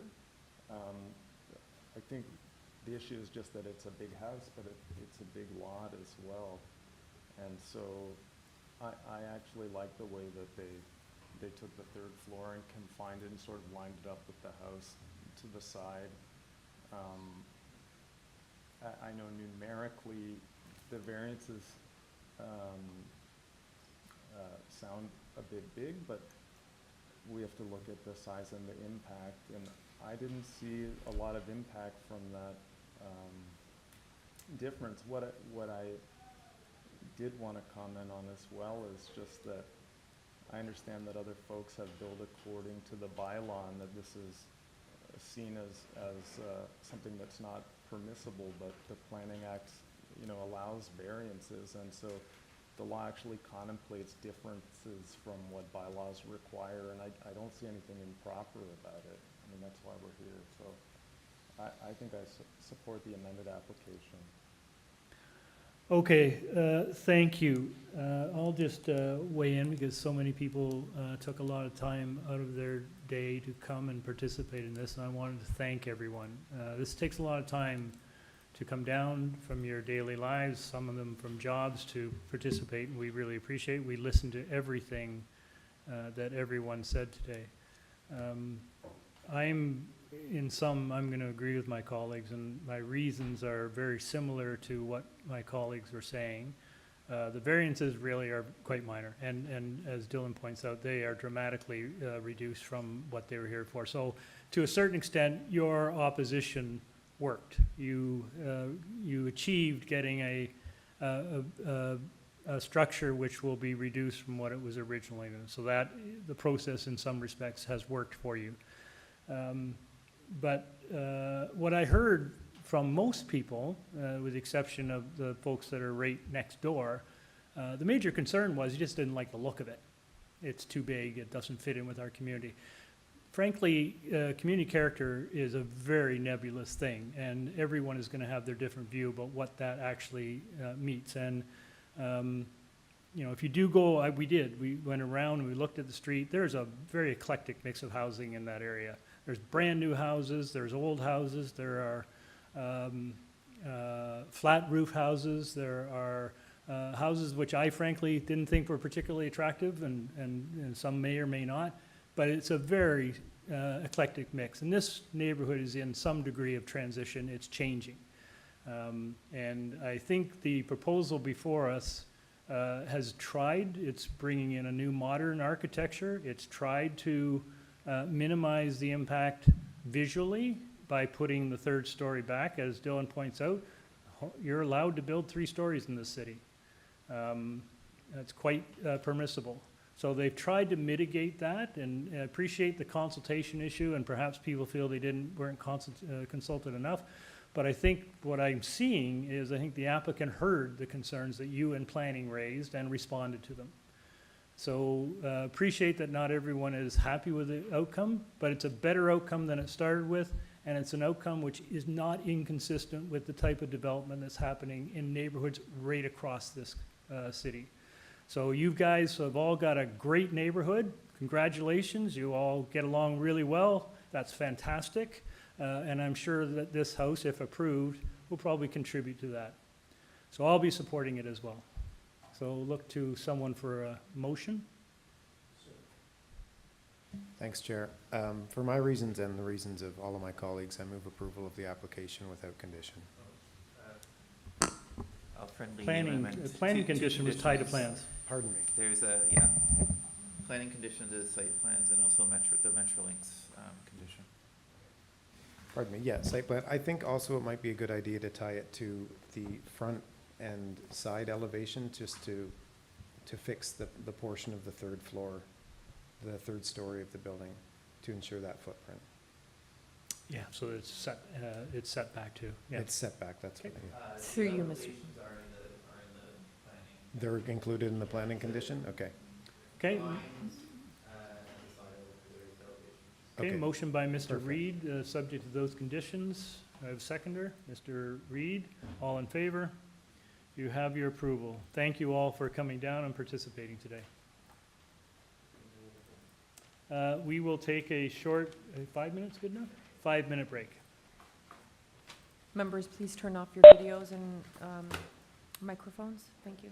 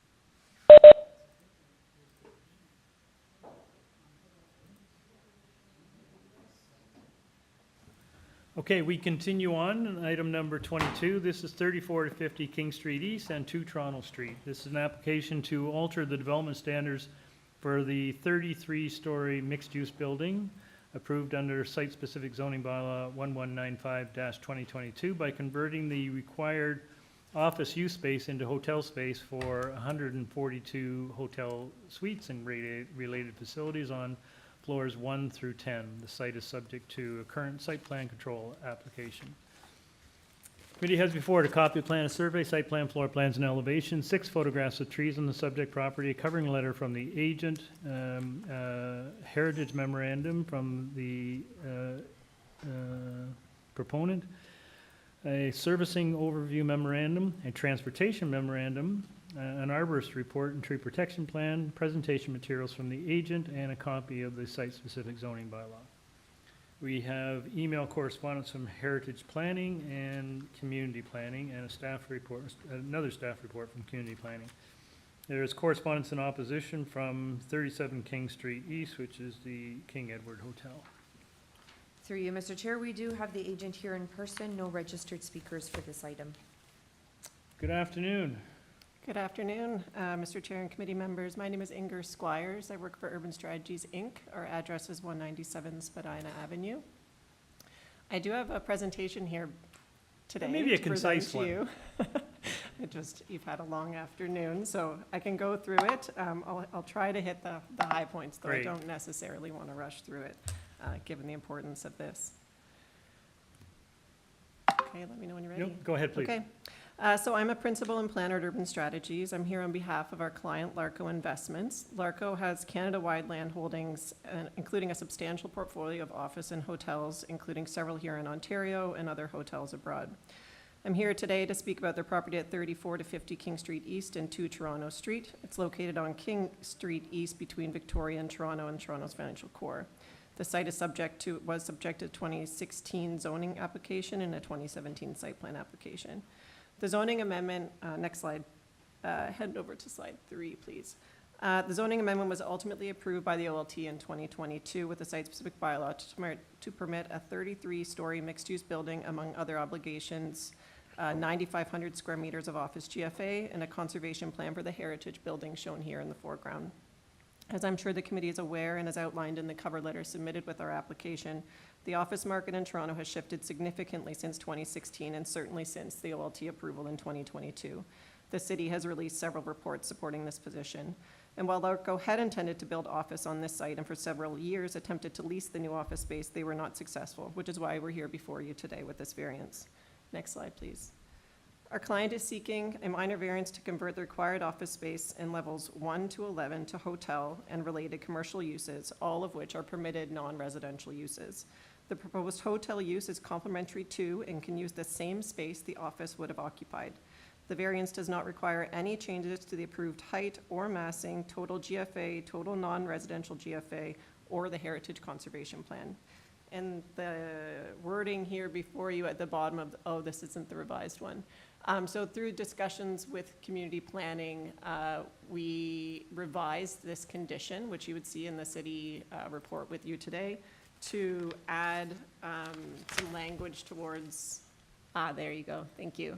The language in red here is where it's changed, where it's 9,500 square meters of non-residential gross floor area, consisting of a minimum 8,500 square meters of hotel use. So that's specifically securing that amount of hotel space. Next slide. As seen here in the elevations, the office space was to occupy levels 1 to 11. The proposed plan includes in commercial and retail on levels 1 to 3, conference facilities on levels 4 to 5, and hotel rooms from levels 6 to 10 with those 142 rooms. And you can flip through the next couple slides. We can go back to them if you have any questions. Skip this. Okay. So it's my opinion that requested variances meet the 4 tests identified in Section 45(1) of the Planning Act. 1, the requested variance maintains the general intent and purpose of the official plan. The site is designated mixed-use areas and financial core in the official plan and downtown plan. The proposed uses are permitted and encouraged under both designations.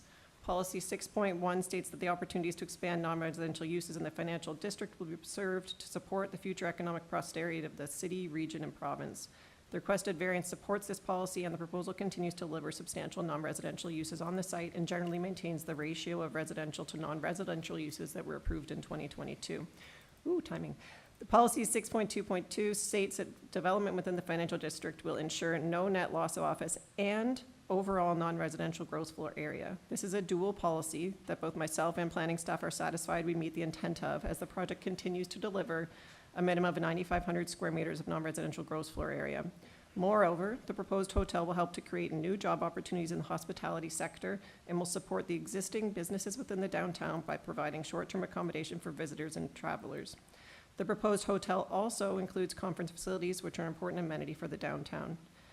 And the project continues to meet the official plan and downtown policies, conservation of heritage buildings. Next slide. I'll be brief on this. In my opinion, the variance maintains the general intent and purpose of the zoning bylaw. There's no required zoning changes to the building massing, height, number of residential units, unit mix, amenity, parking, or loading. We have letters from BA Group to support that position regarding parking. The requested variance merely shifts one permitted non-residential use to another non-residential use, which is hotel and supporting uses. The parking and loading refinements will be made through the site plan resubmission process. It's my opinion the proposed variance is desirable and appropriate for the development and use of the land. It will bring a variety of positive benefits to the city, delivering new housing as well as hotel, conference space, and hospitality space. We have reviewed the letter submitted by the King Edward Hotel, and they raise concerns related to transportation in the hotel market generally. As I noted earlier, LARCO knows the hotel market very well, and the hotel is a permitted use, and that is the proposal complies with that. Moreover, BA Group has supported the transportation matters and the matter in nature. Thank you. Okay, thank you. So the effect of the planning condition that you spoke to, does that actually changes the variance? It doesn't change the intent of the variance. Oh, It but just the numbers, right? It just, yeah, so it's still 9,500 square meters of non-residential gross Right. floor area. It just specifies, it hones in a little bit more specifically that there'll be 8,500 square meters of hotel use. As opposed to the 8836 meters, which is in the variance? Yeah. Okay, so you're amending the variance effectively, or through the condition? The condition, the wording that we came up with captured it all in sort of the zoning way. The numbers before you are what the actual quantum of the GFA is in the building itself, and the variance will secure that 8,500 square meters of hotel use. Okay, so if we were to approve this, we approve the variance, but with that condition? It's a modifying condition? As modified by our discussions with city staff. Okay. The ones in pink, red. Sabrina, does that make sense? Through you, Mr. Chair, yes. So we're looking at the staff report that was received September 20th. Is that the most recent? Can we have that on the screen? And it just states that the following condition be imposed, a minimum of 95. This one here, 95,000 square meters of non-residential gross floor area will be provided consisting of a minimum of 85. Yeah, which Yeah. just modifies the variance that they're asking for. Wording of the variance, yeah. So, Sorry, the so we mechanics of approve it. the variance with that condition? Is that the best way to go about it, if we Yes. were to approve it? Okay. Thank you. Any questions? Yes, Doug? I just had a question about how the financial district, you mentioned in your planning rationale, the policy 6.2.2. I'm just wondering if you considered 6.2.1 that requires encouraging to provide a net gain of gross floor area for office uses. So I just wonder how you balance those and coming to the conclusion that this was consistent with the official plan. Yeah, that's a great question. Thank you for that. So we've had many discussions with planning staff on this matter and more broadly across the city about hotel space. And you do really need to read those policies as a sort of a continuum. And we do believe that we meet the intent of that policy direction by continuing to maintain that 9,500 square meters of non-residential GFA. Dylan? Yeah, to follow up on one of the points made in the opposition letter, I mean, obviously, the difference in the way people arrive to an office versus a hotel is is significant, right? You can expect a lot of people arriving at a hotel to be being dropped off by taxi or Uber or such like that. But the building wasn't designed for that. So I was just wondering how you plan to address the issue of people needing to be dropped off at what is now a hotel, which was not really designed for that. Thank you for that. So firstly, we still have a site plan application process to go through with the city, and so we'll be resolving sort of those more site-specific issues with the city at that time, though transportation staff doesn't have a concern with this. I will say, though, this site is ideally located on transit. Union Station is right nearby, so is the Yonge Line. It's on the King Street streetcar line, so lots of people can walk to and from this hotel. Certainly, people will have pick-up, drop-off, but that can be accommodated in and around the site. I think the King Eddie doesn't have it either, right? Yeah, so, thanks. And is this a real hotel, not like with a registration desk and all that sort of stuff? Yeah. Yeah. We're getting a lot of applications for the virtual hotel. Oh. Yeah, where Okay. people, you just check in virtually. Oh. Okay. Interesting. All right, any further questions? Okay, let's take this into committee.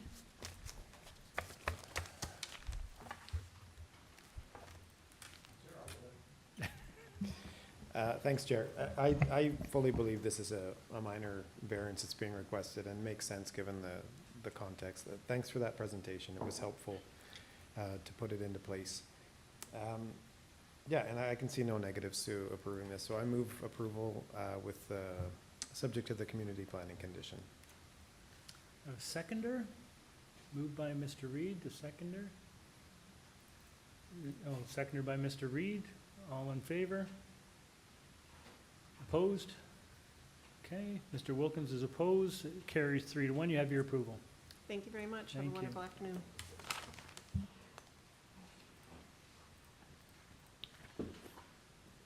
Okay, move on to item number 23, 108 Enderby Road. This is an application to permit the one-story garden suite in the rear yard abutting Norwood Terrace. There will be a total of 4 residential units on this lot, 3 in the main house and 1 in the garden suite. Committee has before it a copy of the plan of survey, site plan, floor plans, and elevations, 7 photographs of the subject property, covering letter from the agent, several decision numbers affecting the previous decision numbers affecting the subject property, and a T-Lab order affecting the subject property. There is a staff report from Metrolinx. Through you, Mr. Chair, we do have the agent online, no registered speakers for this item. Thank you. Good afternoon, sir. Good afternoon, Mr. Chair. My name is Khalid from Calgreens Architects, and the address is 25 Shepherd Avenue West in Toronto. Thank you, sir. Unit 300. We'd appreciate a short presentation, please. For sure, Mr. Chair. So this is an application to license and legalize an existing garden suite. This has been existing for over 20 years, and we are submitting this application without having to change the size or the height of the existing building. We have a variance for the landscaping percentage in the backyard, but this is an existing condition, and it is existing because there's an existing parking pad, which is a necessity and adds value to the owners, and there's a limitation on the parking on the street as well. There's also, let me just review the variances, Mr. Chair. So we have variance number 1 is a minimum of 50% of the area between the rear wall and walls of the residential building on the lot and the rear lot must be maintained. We are offering 0%. And then the second variance is that the lot coverage of the garden suite should not exceed 40%, and in our situation, it's 52%. We have reviewed the conditions by Metrolinx and are accepting those conditions, are okay to register an easement on the property. I'm happy to answer any questions, Mr. Chair. Okay, thank you. Doug? Hi, so is there any soft landscaping on the property now? Yes, there is soft landscaping on the front yard. Oh. You can see on the front yard there's two areas which stays soft landscaping. Uh-huh.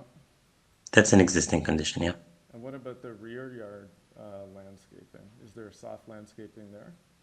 No, this is the existing condition. There's no existing soft landscaping. So let me ask another question then. So the T-Lab decision that is part of our package says there's supposed to be 21.92 square meters of soft landscaping. Where's that now? That, actually, let me check the TLAC. 1 second.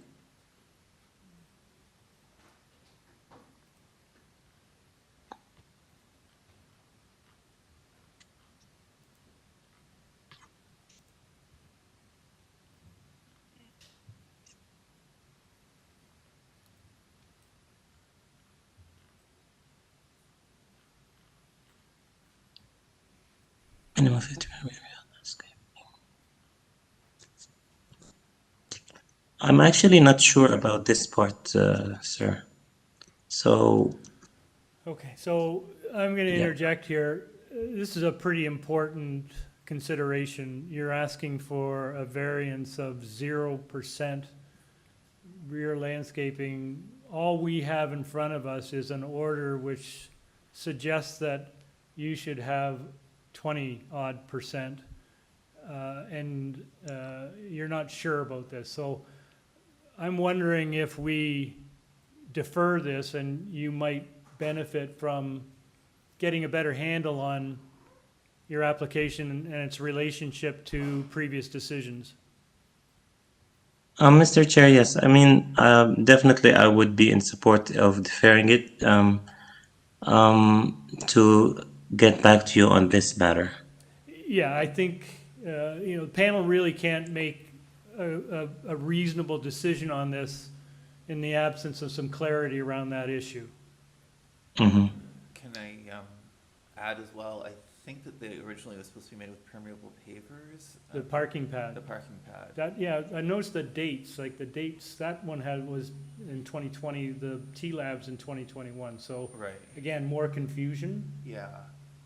And then if we're discussing this, if we're doing a deferral as well, I'd also want the applicant to reconsider the bike parking. At the moment, it is in the living room, which is really very small already, and it's not very convincing as a bike parking. Okay. So I would ask the applicant to reconsider how they're going to accommodate the bike parking, or if they feel necessary, request a variance for not having bike parking. Okay. So you've heard all those comments. I think, if the panel Yeah. decides to defer this application, you'd be wise to consider all those elements when you return. Understood, Mr. Chair. Yes, so the bike parking issue and the landscaping percentage. Landscaping percentage and the requirement for the parking pad to be in permeable pavers. Okay, yeah, the permeable pavers, definitely we're in support of that. There's no issue with that. That was a requirement, a condition of a previous approval. So I think the panel's wondering whether in fact that was done. It was, Mr. Chair. Okay. So if you're okay, we'll go into committee and I think we'll have a discussion about deferring this application. All right. Okay, we're in committee.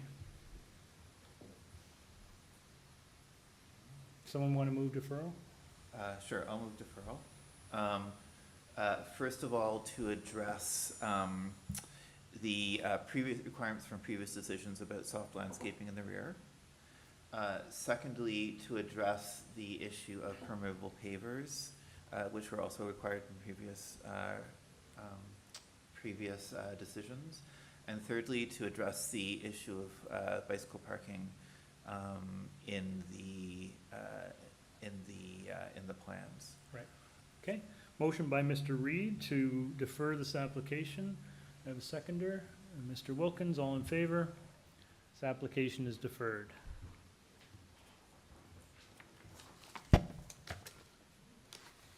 Item number 24, 113 Sarah Ashbridge Ave. This is an application to alter the existing one-story detached garage in the rear of the existing three-story townhouse by constructing a one-story side addition. Committee has before it a copy of the plan of survey, site plan, floor plans, and elevations, 3 photographs of the subject property, and we have correspondence and support from two letters from 110 Joseph Duggan Road and 107 Sarah Ashbridge Avenue, 1 form letter in support from owners occupants of 109 Sarah Ashbridge Avenue. Through you, Mr. Chair, we do have the agent online, no registered speakers for this item. Great, thank you. Okay. Hello, Stephen King. Hello, Mr. King. Just hang on a second, sir. Panel, I don't think we need a presentation. Does anyone? Just wondering what the You have a purpose of the question? addition is. Like, why the garage is being extended? Sir, we don't need a presentation from you today, but one of the members is asking if you could tell us the purpose of the addition to the garage. Oh, thank you. Yes, the purpose is to basically have enough room inside the garage to open the doors for 2 cars. It's a double garage, but it's actually quite narrow. And they can't open both doors, so they have space on the side, so they want to increase that. Okay. Any other questions? Sir, we don't need anything further. We've read your application. We're familiar with the material. Is there anything you'd like to add before we take it into committee for a decision? No, just that we have several letters of support, and the owners have talked to the neighbors, and I think it's going to have minimal impact. It's we're basically just extending the roof over, and can hardly tell the difference, really. Okay, thank you. We're in committee. Panel members, sorry, straightforward. Dylan? I'm happy to move a motion. It's extremely minor, very straightforward. They've consulted the neighbors and everyone's okay with it. It's at this edge. It's beside a laneway anyway, so it really doesn't impact anyone. So I move we approve. Okay, motion to approve by Mr. Reed, seconded by Mr. Wilkins. All in favor? You have your approval, sir. Item 25 was deferred. We move on to item 26. 181 University Avenue. This is an application to construct a new rear ground level outdoor patio, excuse me, fronting Adelaide Street West, and a new second floor addition to enclose a portion of the patio area. There will be a trellis over the ground floor patio area as well as the remaining second floor patio area. Committee has before it copy of the plan of survey, site plan, floor plans, and elevations, 3 photographs of trees on the property. We have email correspondence from community planning and an advisory staff report from Metrolinx. Through you, Mr. Chair, we do have the agent online, no registered speakers for this item. Good afternoon, Chair and members.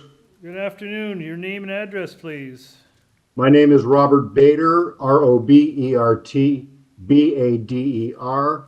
I'm a principal at Bader Group, Inc., which is located at 38 Albany Street. That's in Etobicoke, Toronto, Ontario. Great, thank you, sir. Panel, again, I think this one's fairly straightforward, unless anyone has any, do you have a question, Dylan? Yeah, just a quick explanation. It looks like you want to cover part of the patio, which seems fine, but the actual increase in floor space index is quite considerable. It seems a lot larger than what's being in the plans. I just wanted to understand what was going on there. Yes, we capture that as well. So to be sure, the increase, we're here before you today only to increase the non-residential gross floor area of the complex known as Adelaide Place by 107 square meters. But the examiner, our zoning examiner, has cited the discrepancy of some 8,000 square meters. I believe it's a little bit of a misunderstanding. We were trying to work out the non-residential gross floor area of the building at 181, and we had included the building at 150 York Street as well. And I think it may also be a matter of how non-residential gross floor area was measured pre-harmonized zoning bylaw versus post-harmonized zoning bylaw back in 2013. So this is how our examiner had come to this conclusion. So okay, thanks very much. So just to be sure, you're comfortable with the 11.02 times? Yes, I mean, that's how it works out. I think, I believe under the new definition as contained in the 2013 harmonized zoning bylaw. Okay. Thanks. We don't need any further presentation. Is there anything you'd like to add before we take it into committee for a decision? No, Chair and members, I understand how daunting this session of the committee has been, and I'd be happy to stand down. Thank you. Let's go into committee. Anyone want to take Dylan? I actually have been walking by this fairly regularly recently, so I feel Just like waiting for that patio to open? Yeah, and you know, it's very minor, and obviously they're just kind of a technical fix to change the definitions. So, and you know, I mean, small enclosed patio is always a welcome thing.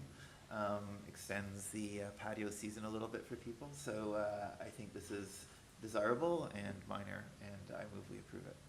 Okay, motion to approve by Mr. Reed, seconded by Mr. Reed. All in favor? You have your approval, sir. Thank you very much. Okay, if you guys just give me half a second to pull up. There we go.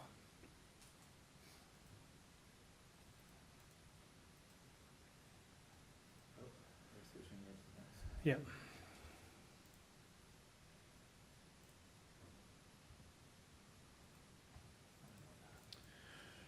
Okay.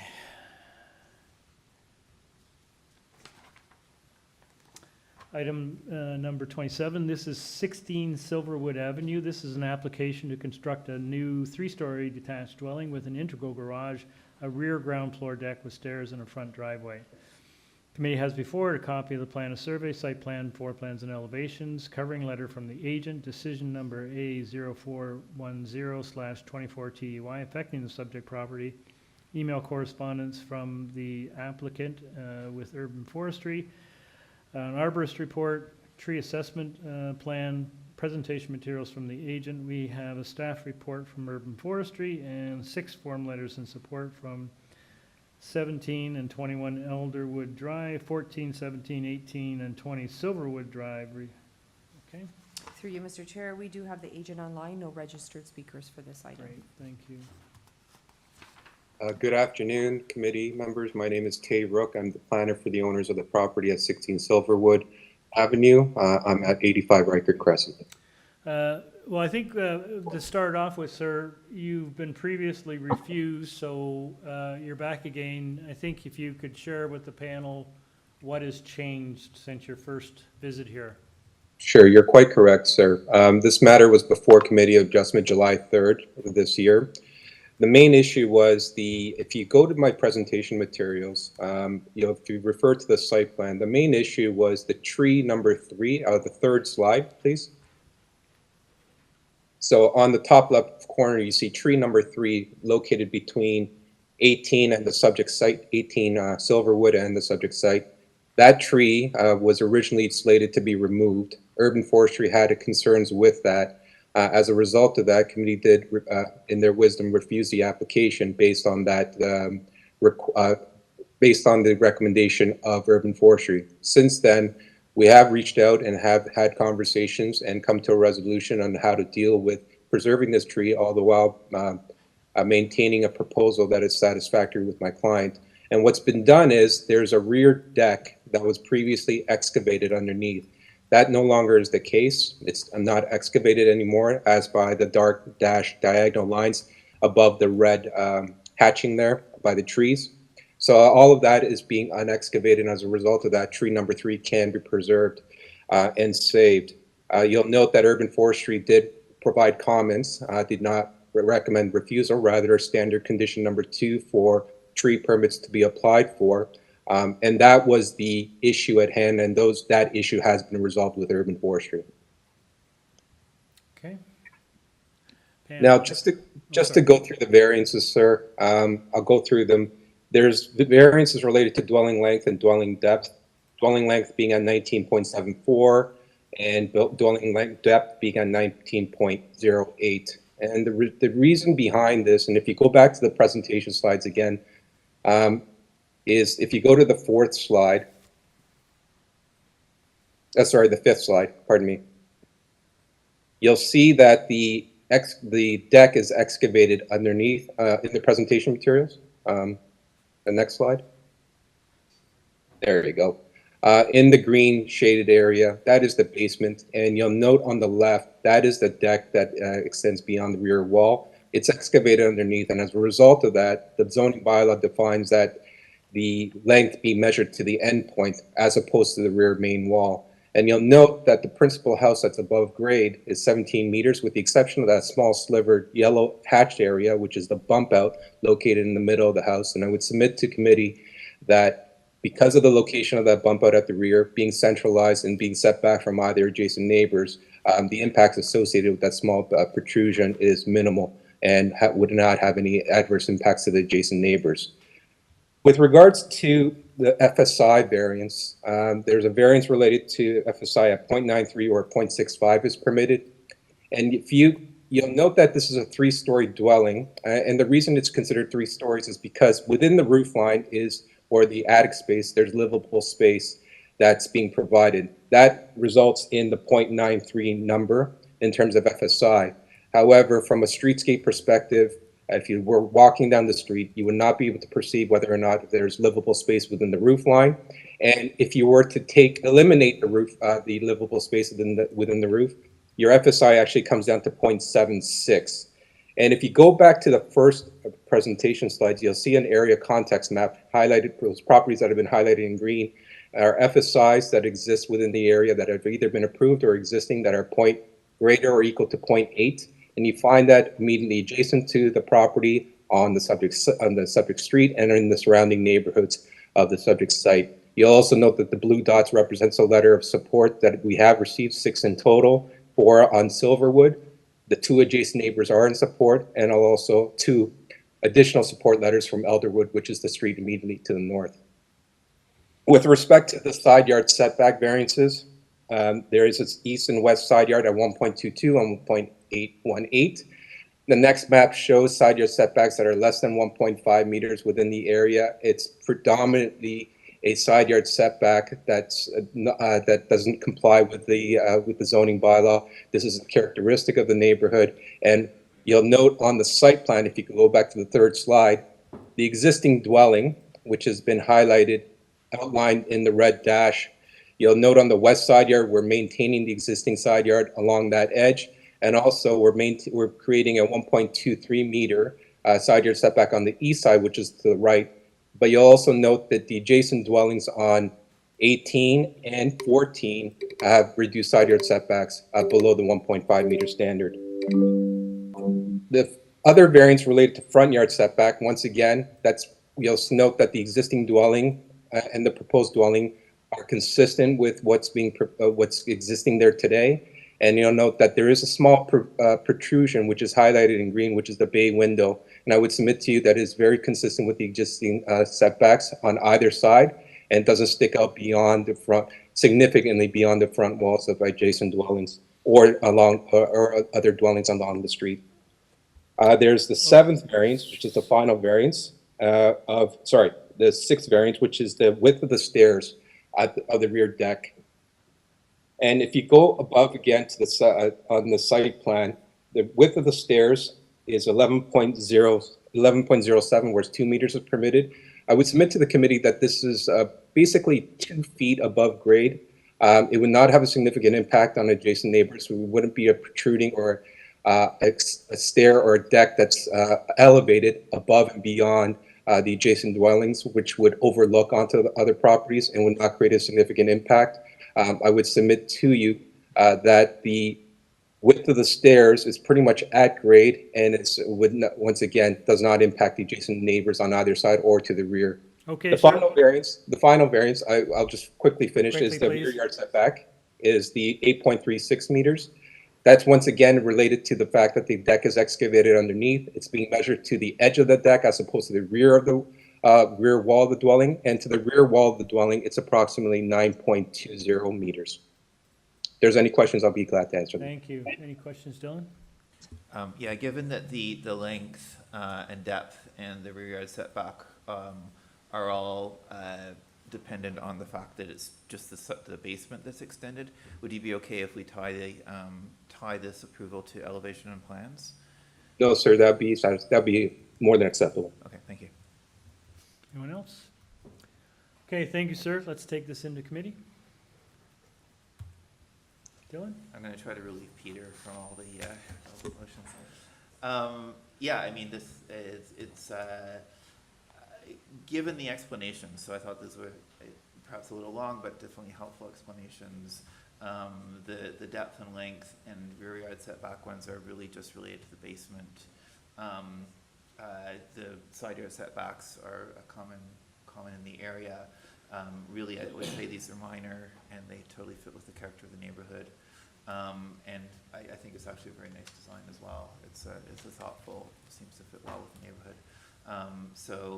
I would move that we approve. Oh yes, and also I wanted to say that the solution to the tree issue is good, and it's good to see that was resolved. It's good to see that we can go ahead with this while preserving that tree. Given that and given all those factors, I move that we approve these variances with forestry condition number 2 and tied to plans and elevations. Great. Motion to approve by Mr. Reed. Do I have a seconder? Mr. Wilkins, all in favor? You have your approval, sir. Thank you very much. Item 28, 102 Victoria Park Avenue. This is an application to reconstruct the existing rear yard platform. The existing 2-story detached dwelling on the lot will be maintained and unaltered. Committee has before a copy of the plan of survey, site plan, floor plans, and elevations, 16 photographs of trees on the subject property, copy of correspondence with ravine and natural feature protection, email correspondence with the TRCA, staff reports from ravine and natural feature protection, and the TRCA. Through you, Mr. Chair, we do have the agent online, no registered speakers for this item. Good afternoon, Mr. Chair, members of the committee. My name is David Smith. I'm here representing the homeowners at 102 Victoria Park Avenue. My address is 401 Craven Road here in Toronto.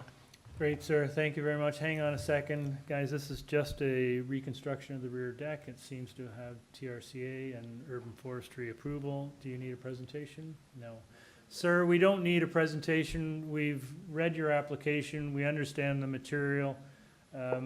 Was there anything you'd like to share with the committee before we take it in for a decision? Oh, sorry, we have a question. Just one question. One of the I know there's no conditions from the TRCA, but one of them mentioned a drainage pipe they'd like to get removed. I was just wondering if you could speak to that. Well, just to the effect that we will certainly relocate it. It's part of the plan.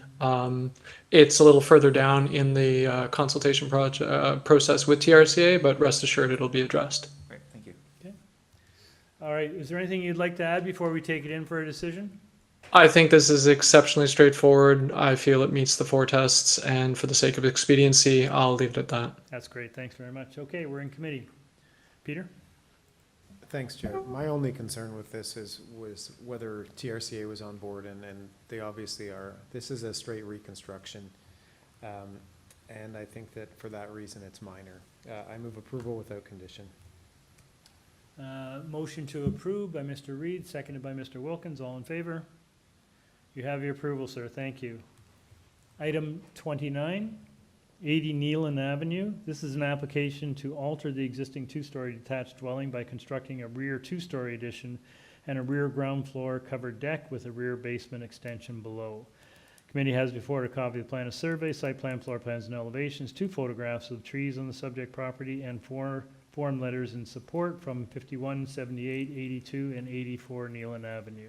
Through you, Mr. Chair, we do have the agent online, no registered speakers for this item.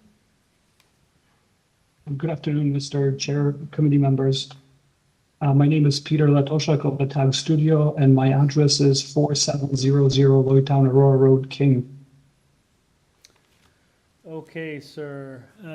Perhaps just a very quick overview of your application, please. Yes, so, Mr. Chair, this is basically a rear story addition to an existing home with a new covered deck at the rear, as well as an enclosed basement under that deck, as you can see in the image that's up on the screen right now. A lot of the minor variances that we have are related to existing conditions that extend from the existing home. The ones that seem extreme, I'll just explain, like the building length, for example.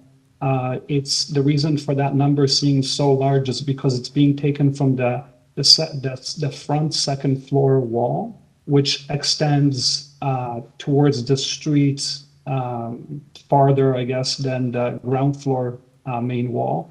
And then it's being counted all the way to the rear deck, and because of the basement space, the living basement space being incorporated into the design. So it's being counted as building length. But as you can see by the imagery, it's basically, the impact of it is minimal because it's in the basement.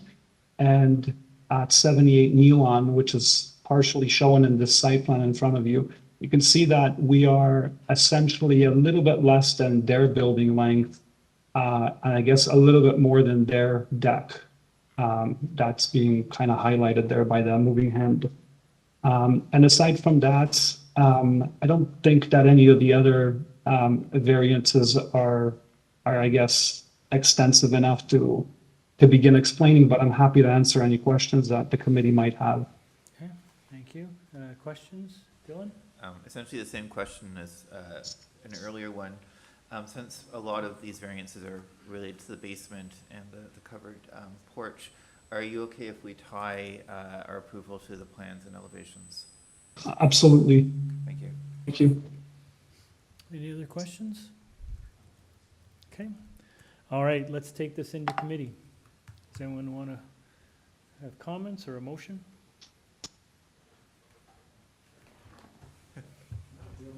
Oh, did Dylan go? Okay, I'm sorry. Dylan, Doug, did you want to get on this? Sure, I'll go ahead. All right. Well, like the last matter that was before us, I think this is one where what seems like the largest variances are tied to the basement. They're not going to have any kind of massing impact on the neighbors. The remainder of the variances are quite small numerically, and so I believe this meets all four tests of the act, and I would make my motion to approve. I don't believe there's any conditions, so. We want to tie it. Oh, but right, I think that makes sense, so I would tie it to plans and elevations. Do you want elevations as well, or just site plan? Or the site plan is. I think side elevation is. You want to do both? Okay. Sorry, through you, Mr. Chair. So site plan and all elevation plans? The side elevations. I Or think. just side elevation? I think just side is fine. Okay. Yeah, that's just me. Okay. Motion by Mr. Wilkins to approve, tying it to those plans. Do I have a seconder? Sure. Mr. Reed, all in favor? You have your approval, sir. Thank you. We move on to item number 30, 351 Crawford Street. This is an application to alter the existing 2.5-story semi-detached dwelling by constructing a rear third-story addition, enclosing the deck area into habitable space. Also to construct a 1-story carport in the rear yard abutting the laneway. Committee has before a copy of the plan of survey, site plan, floor plans, and elevations, 4 photographs of the subject property, email correspondence from Development Planning and Review, Transportation Services. We have correspondence and support from 364, 349 and a half, 358, and 363 Crawford. Through you, Mr. Chair, we do have the agent online, no registered speakers for this item. Good afternoon. Hello, Name and address, please. my name is John Lorero. The subject property is 351 Crawford Street, and my office is located at 25 Wingold Avenue, 2nd floor, Toronto, Ontario. Okay. Panel, do you need a presentation? I don't think, sir, we need a presentation. You've seen the transportation condition, have you? Yeah, they have no objection to the proposed Okay, 1 they're meter okay as setback. long as it's 1 meter back from the lane? Yes, that's what we are proposing, yes. All right. Okay, any questions, panel? Sir, we don't need a presentation today. Panel members have read the application, they're familiar with the material. Is there anything you'd like to share with us before we take it into committee for a decision? No, it's pretty straightforward. I agree. Okay. All right, we're in committee. Peter? Chair, I'm happy to bring a motion. I think this is it's a good project. The addition to the third story of the main building is very minimal and is a very common occurrence in this neighborhood. And I think having the variances for the carport, I think, result in a better carport than having these kind of unusable spaces on the side. And I think that's also a repeated pattern in this neighborhood. So I am happy to move approval without condition. Okay, Mr. Reed moves approval. Do I have a seconder? Yeah, Mr. I'll second. I'll just add that I took a look in the neighborhood and this kind of carport extending across the whole back's quite common. So that's another reason to support. Okay. Motion by Mr. Reed to approve, seconded by Mr. Wilkins. All in favor? You have your approval. Thank you, sir.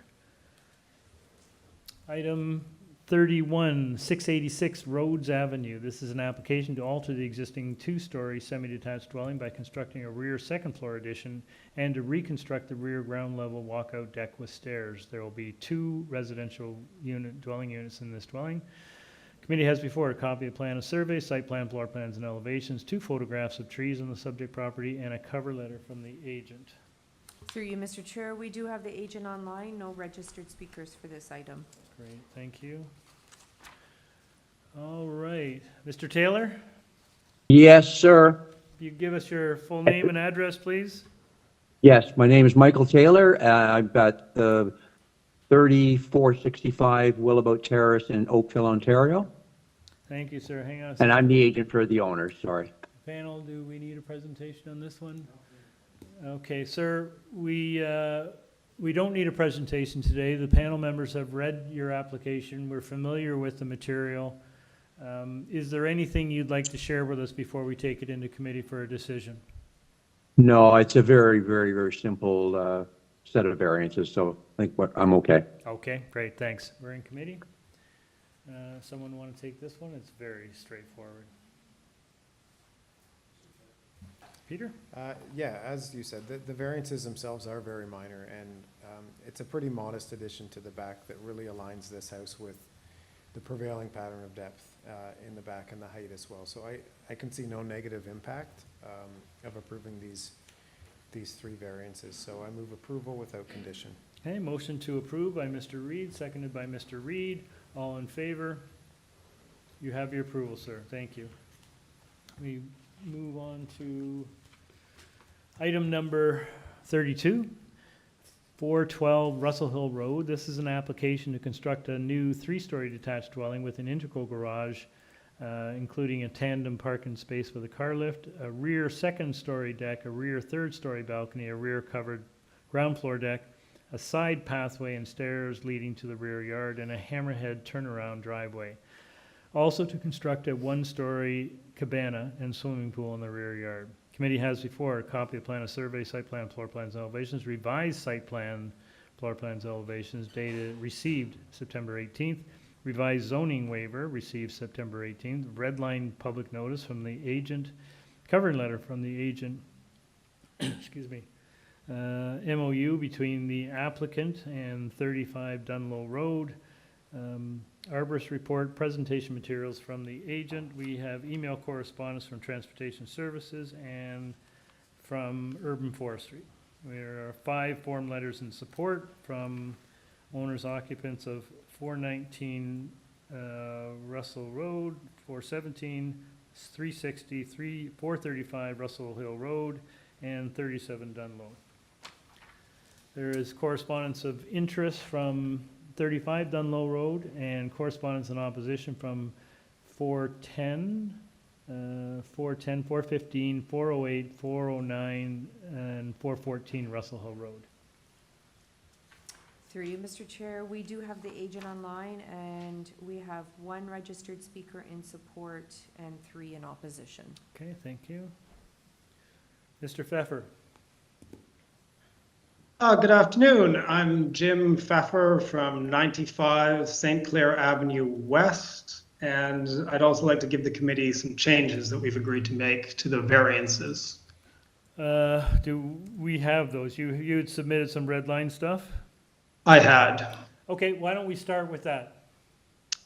Okay, so variance number 6, we're going to reduce the area of the second story deck to 13.8 square meters, so it'll be the same size as the deck of the house to the north, and we will eliminate the variance for the third story balcony size. And the ancillary building, the cabana, in variance 8 will be located 0.91 meters from the rear property line, which is the west property line. Okay, that's the changes? Yep. Okay, and now, sir, perhaps an overview of the application. Yeah, if you could bring up the presentation material, I'm happy to say that we have no concerns expressed by community planning, and I'm also happy to say that we have letters of support from the 2 neighbors immediately behind, as well as 2 neighbors immediately in front of this property.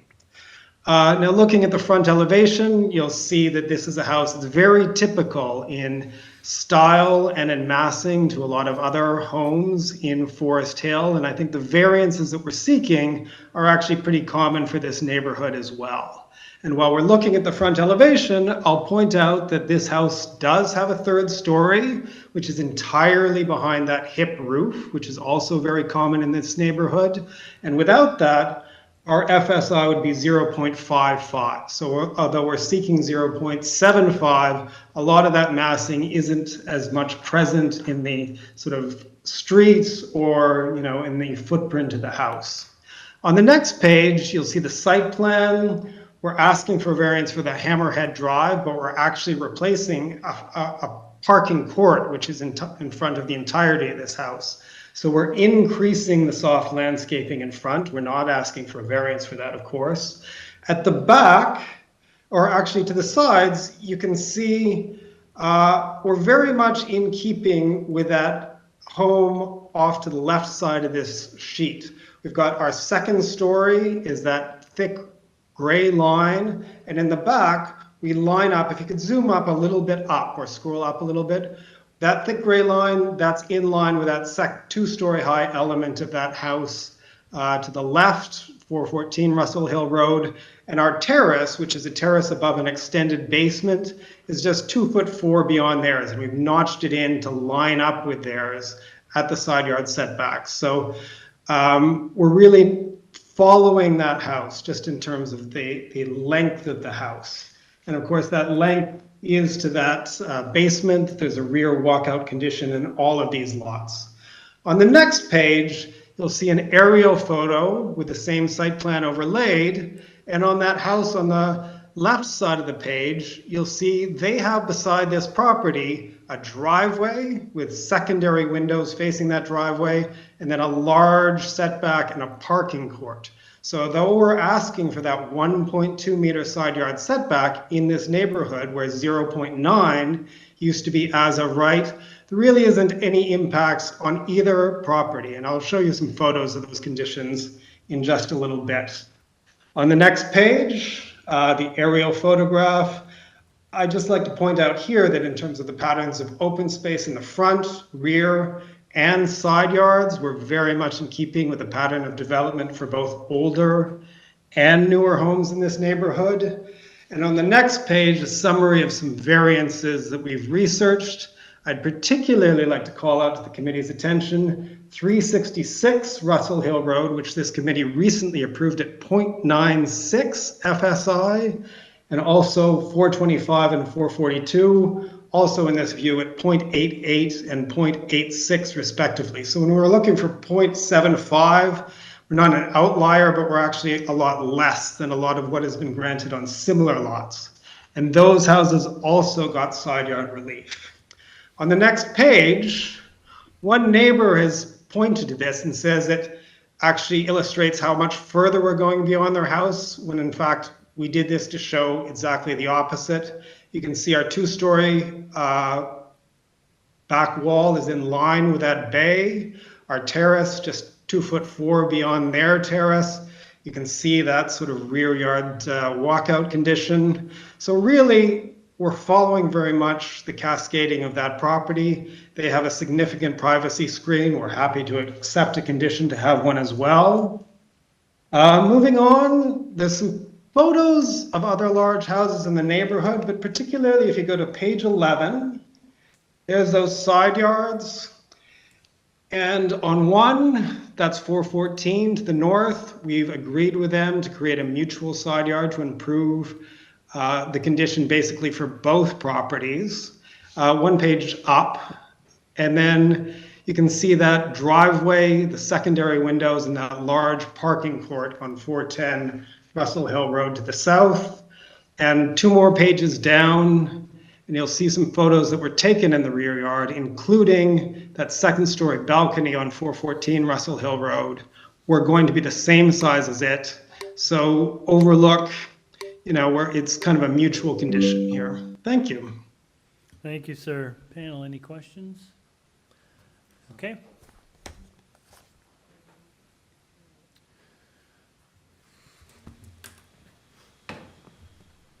Good afternoon, sir. I admire your stamina. Ooh.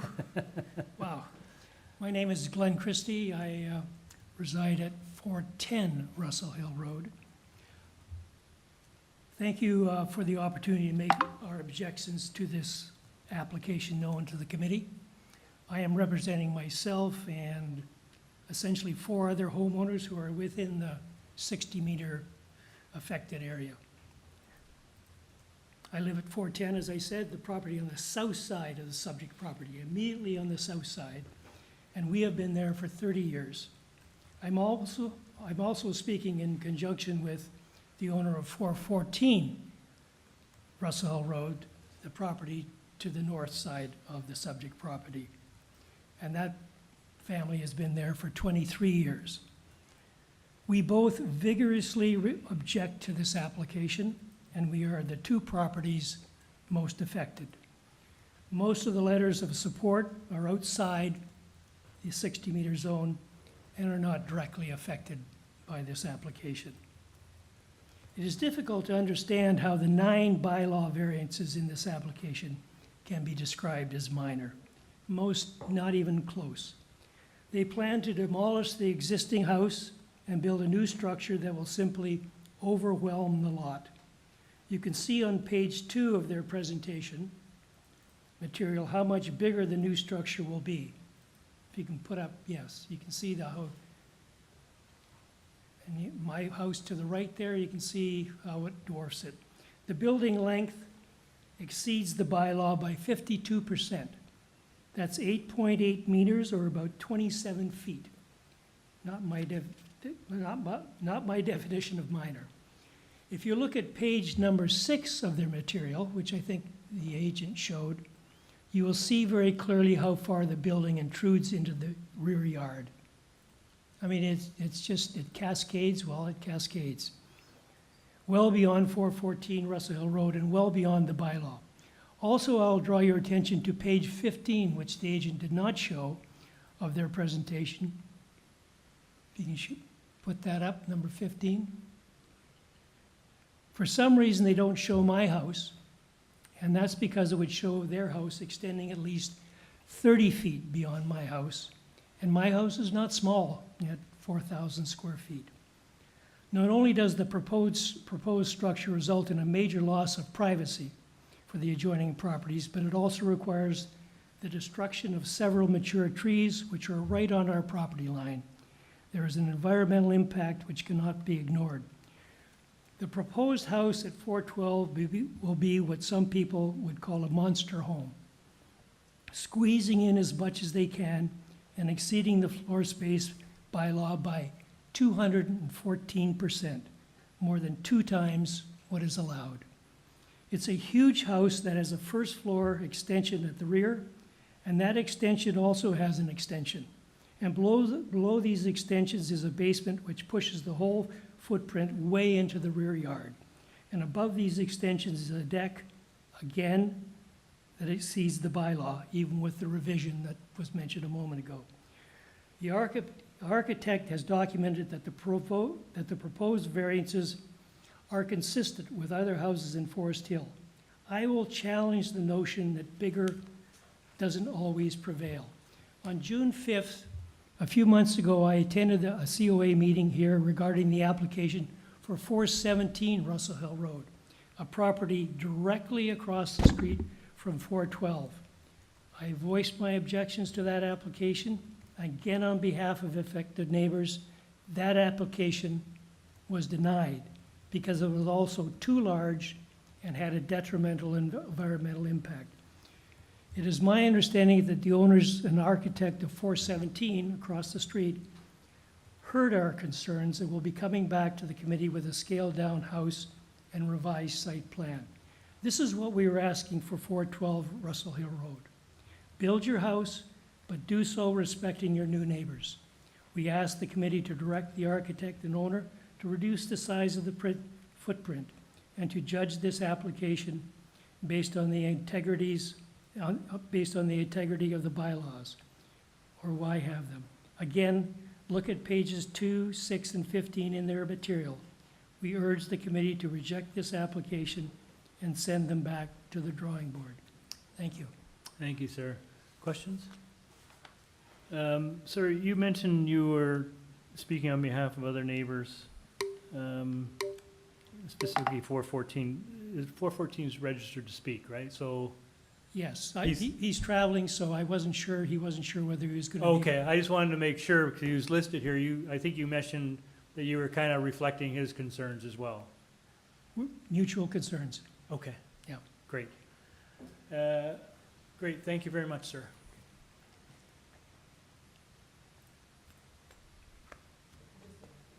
Oh.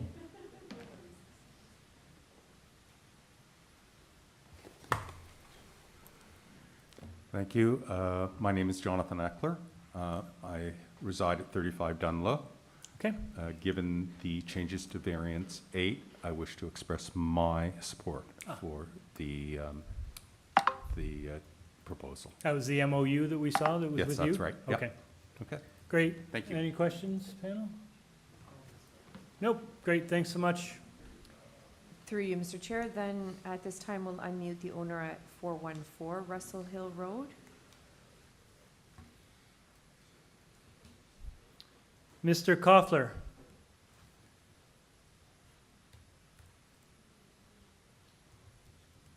Can you hear me? Yes, we can. Thank you. So good afternoon, Mr. Chairman and members of the committee. My name is Tom Koffler, 414 Russell Hill Road. I want to thank the committee for taking the time to hear our concerns regarding 412 Russell Hill Road.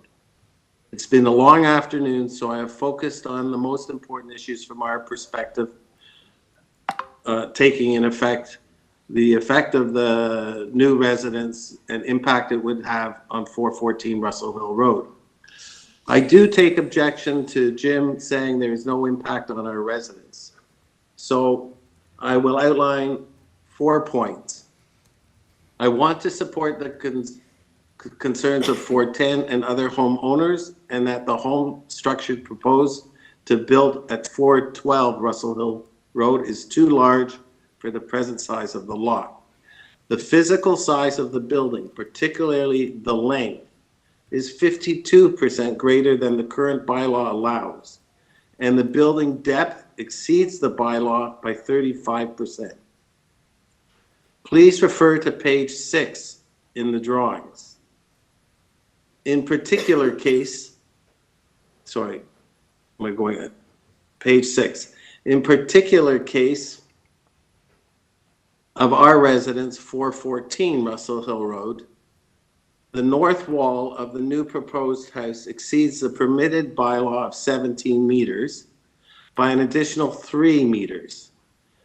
The additional 3 meters extends to the rear of the house further than our walk-in, and we will now look at a wall. I consider this a massive intrusion and encroachment on our visual line of sight, which was landscaping to the south, and it has now become a wall. 3, with regards to the second-story balcony, there's a proposed balcony which is 4 times in percentage terms, or 470% larger than permitted by the bylaw. I do recognize that Jim has recently made a minor change to that balcony. The proposed size of the floor space exceeds the allowable floor space by 214%, or more than 2 times what is allowed. In conclusion, I am asking the committee to deny the application for 412 Russell Hill Road, as they did for 417 Russell Hill Road, and respectfully ask the owner and architect to resubmit to the committee a scaled-down house and revised site plan. The lot simply cannot accommodate a home of this scale on this existing lot size.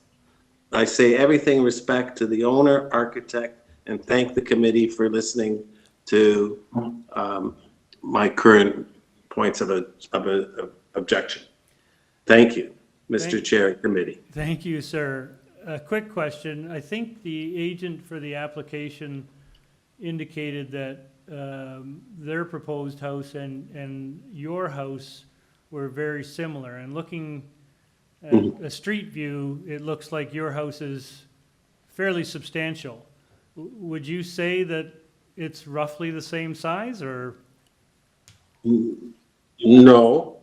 I mean, the issue that we're taking is really the extent of the north wall of the new home that actually comes out at the very end, an additional 3 meters, which on the drawings reflects that my walkout balcony, actually now my visual is straight into a wall.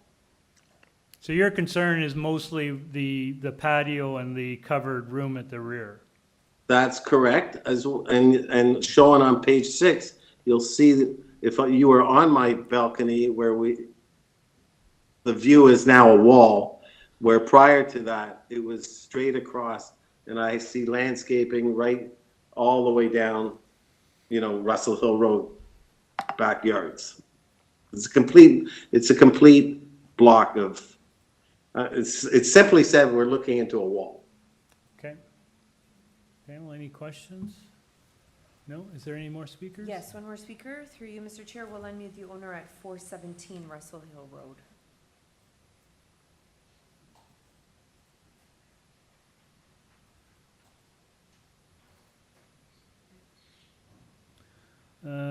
Hello, ma'am.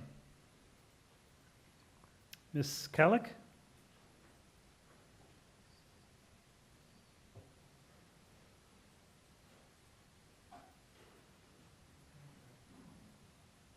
Through you, Mr. Chair, we're just gonna try calling Valentina. Okay.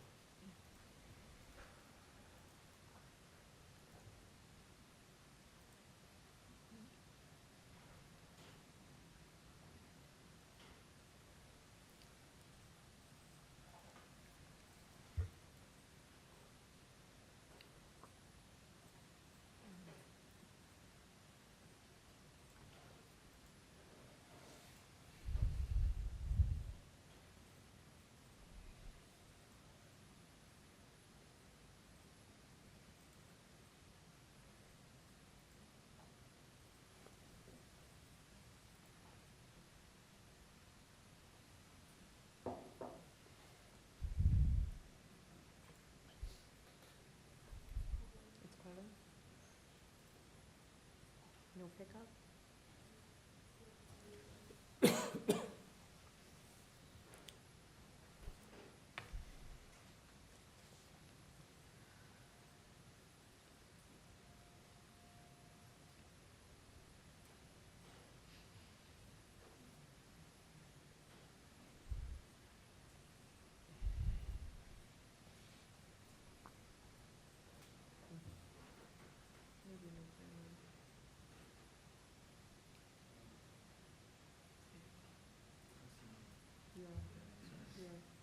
No luck?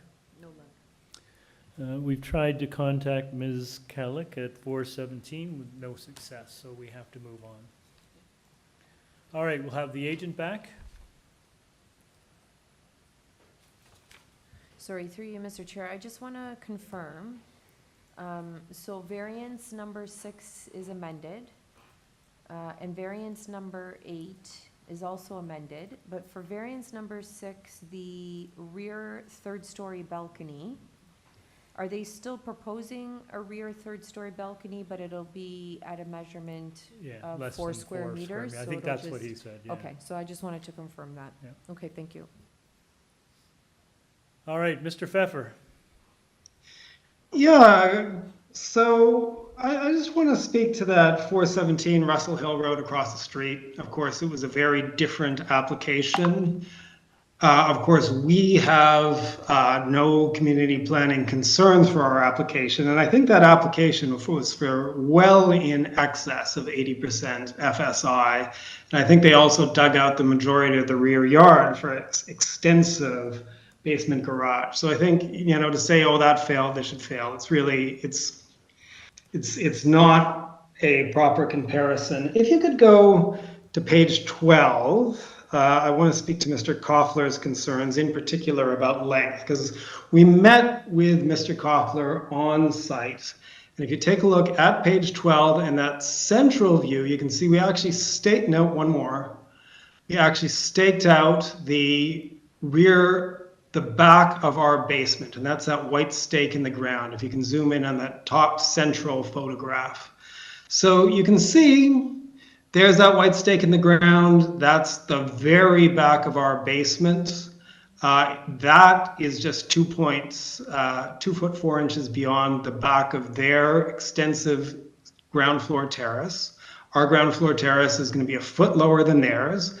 And at the side of their ground floor terrace, they don't look over and see an uninterrupted view corridor. They see that really large privacy screen. So, and Mr. Koffler was also objecting to a balcony. We made our balcony, as near as we can tell, exactly the same size as that second story balcony that you can see there, which is overlooking our rear yard. So his concerns about the balcony misplaced, concerns about the view misplaced. And you also go to page 7. We did some renderings with the 3-dimensional models we made, and Mr. Koffler's view, number 1, he's not sitting in his rear terrace looking into our side yard. He's looking out into his beautifully landscaped backyard. There's the view. You can see we're going to plant significant hedge along the property line. He's going to barely see the top of that cabana in the back. There's that privacy screen. So the canopy, which we're not seeking a variance for, you know, he might see the top of that. And then on the left there's the view from our balcony, which is not really going to be overlooking his yard at all. So there's those 2 issues. Mr. Christie said that our house is going to dwarf his, but we're looking for 0.75 in a neighborhood where 0.8 or more is typical. So the floor area we're looking for is totally in keeping with what is the norm and it is prevalent in this neighborhood. The depth of our building at the second story is 19.05 meters. And again, it's just prevalent for the development in this neighborhood. So we are longer than his older house, which is kind of a typical house for the sort of original nature of this neighborhood. But if you take again a look at those side yard photographs on page 11, you can see he's got a driveway there, and then he's got that really large setback to a parking court and some garage doors. So the impact we're having on his privacy, on page 11 if you could, is really kind of minimal. And then he also said we're impacting several mature trees. So if we have attached an arborist report, there's only 2 trees shown for removal. One is a kind of a discretionary removal, and of course we're going to have to apply to urban forestry, and urban forestry can accept that or reject that. The other application for removal we're making is for a mature Norway maple. And we've attached actually on our booklet of supporting materials an excerpt from the arborist's report, and that's on page 14. And the arborist basically says that this very mature Norway maple, which is a species that doesn't do well with age, has dropped limbs repeatedly in the past. It's in a highly trafficked area, and he recommends that that tree go, irregardless of whether a new house is being constructed or not. So not several mature trees, 2, and this one, the only one which is going to be impacted directly by the construction of this house, is really, in the opinion of our arborist, a hazard which should go anyways.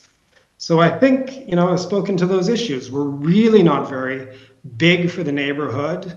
Our length is very much in keeping with 414, and their views are really not going to be impacted by what we're proposing in a significant way. We're very much in keeping with the patterns of development in this neighborhood. Thank you. Thank you, sir. Panel, any questions? No questions? Okay, thank you. All right, we'll take this into committee. Who wants to kick this off?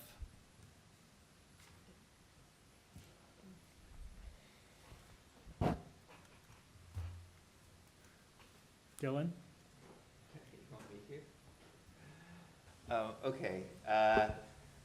The agent's presentation was very good. I buy most of his arguments. However, in terms of the length and depth, it really is a very large request. To say that it's in line with the neighbor is a bit of pushing it. The first floor extends further than the 414. And what's more, there's a covered deck and a small built extension that extends even further on. The neighbor is already very long, and I'm not really convinced that just because it's only a little bit longer than the already long neighbor, that makes it a minor variance. So I'm a little skeptical on the length and depth variances myself. Okay, thank you. Anyone else? Peter? Sure, thanks, Chair. These are hard because we get a lot of these applications, right, where 17 meters depth is permitted and 24, 23, 22. But this one's different in a couple ways. Often, like the basement really pops up and is quite visible, and this one doesn't. But I agree with your point, Dylan, that the fact that it's covered, the entirety of the rear deck is covered.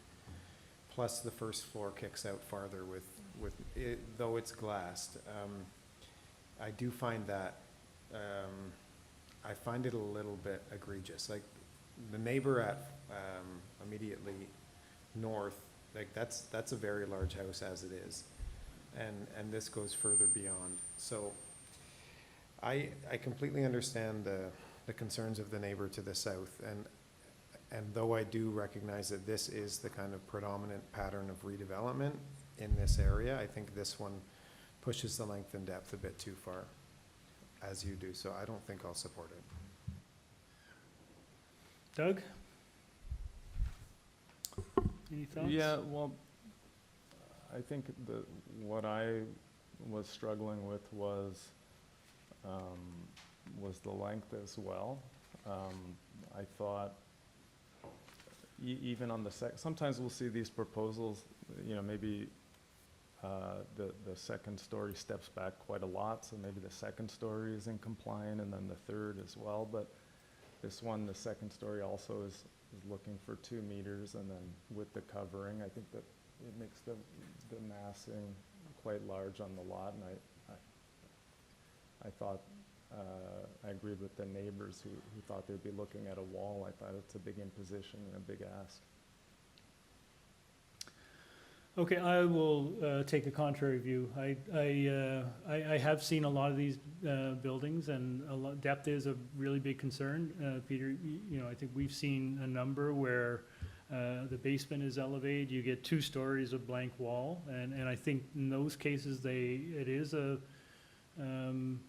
detrimental impact, and it could be mitigated. I think in this instance, I don't think that the 1-story addition off the back holds the same kind of impact that many of those do, and I take the agent's point that the second and third stories, which frankly are the ones that really can obscure, view sheds, in this case, are mostly compliant with the 17-meter bylaw. So I get your guys' points, but, the house at 414 is really quite large.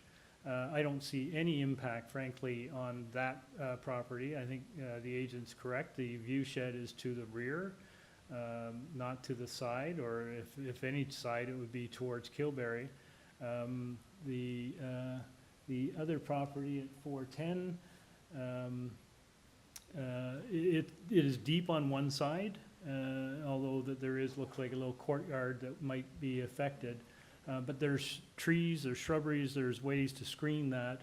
And frankly, this neighborhood is in fact characterized by quite large lots, very deep lots, fair amount of setbacks from each other. There's a good setback, I think, still between 412 and 410, and with greenery and some screening, I think that it could quite easily mitigate any impact. So large lots, this is a very characteristic redevelopment for this neighborhood.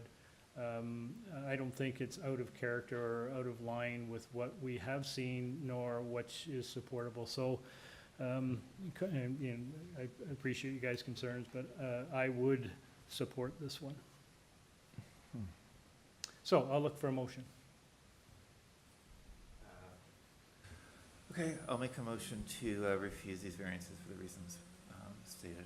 Okay, motion to refuse by Mr. Reed, seconded by the other Mr. Reed. All in favor of that motion? Opposed? I'll dissent. That motion to refuse is carried. Thank you, everyone. We move on to item number 33, 42 Frankdale Avenue. This is an application to construct a new 3-story detached dwelling, which is a fourplex with a front covered porch and front and rear 3rd floor balconies facing the side lot line. The existing 1-story detached dwelling and rear detached garage will be demolished. Committee has before it copy of plan of survey, site plan, floor plans, and elevations, 2 photographs of trees on the subject property, cover letter from the agent, tree protection plan, presentation materials from the agent. We have staff reports from Urban Forestry, 3 form letters in support from 4547 Inwood Avenue and 40 Frankdale Avenue, correspondence and concern from 5, 1A, 1B, 28 Frankdale Avenue, and correspondence in opposition from 49 Inwood, 26, 38, and 46 Frankdale Avenue. Oh, and more. 36, 40, 28, 25, 50, 46 Frankdale Avenue, and a 36 signature petition in opposition from owners and occupants of properties on Frankdale, Salmon, and Inwood Avenues. Through you, Mr. Chair, we do have the agent here in person as well as 3 registered speakers in opposition. Good afternoon. Good afternoon, and I do have a presentation if you don't mind pulling that up. Your name and address, please. Oh, sorry, Jacqueline Lee with Batory Planning and Management. I'm here on behalf of the owners for 42 Frankdale Avenue. Great, yes, we will need a presentation, thanks. Thank you. Perfect. So yes, hello again, Mr. Chair, members of the committee. I'm here to speak on behalf of the owners for 42 Frankdale Avenue in support of the 3 minor variances needed to build a multiplex. Next, please. The subject site is located on the west side of Frankdale Avenue, south of Salmon Avenue. Next, please. It's currently occupied by a 1.5-story detached dwelling. The site is designated neighborhood and zoned R5 residential, and the use of a multiplex is permitted as of right. Next, please. The site is well supported by services and amenities. It's within a 10-minute walk to the Danforth Main Street corridor and several public amenities and services, including the Donlands and Greenwood TTC subway stations, early childcare education centers, public schools, a library, neighborhood parks, and the Danforth Avenue cycling track. Next, please.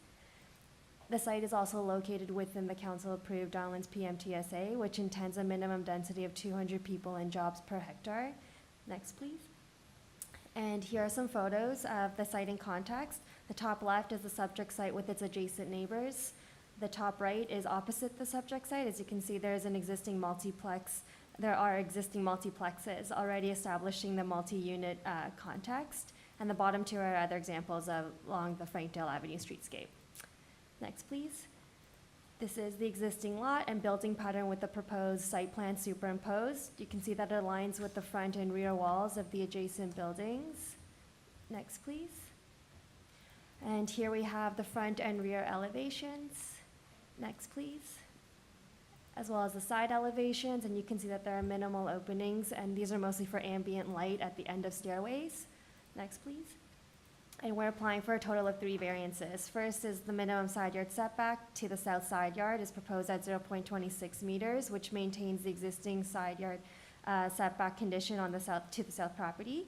The maximum lot coverage is proposed at 41.31%, which is in keeping with the existing buildings in the area in recent committee decisions. And lastly, there is a proposed minor roof encroachment of 0.19 meters from the south lot line. All other built form requirements and performance standards are met for the multiplex properties. Next, please. This is the site plan with the outline of the adjacent dwellings and the proposed development along with the existing side yard conditions. Next, please. And there's been significant increase to the landscaped open space with the removal of the detached garage and driveway, and all trees on the site along the property boundaries will be maintained. Next, please. This illustrates the very minor encroachment of the roof projection, and we don't anticipate any runoff or drainage issues onto the adjacent property. Next, please. And we've consulted with staff on this application and made revisions in response to their comments.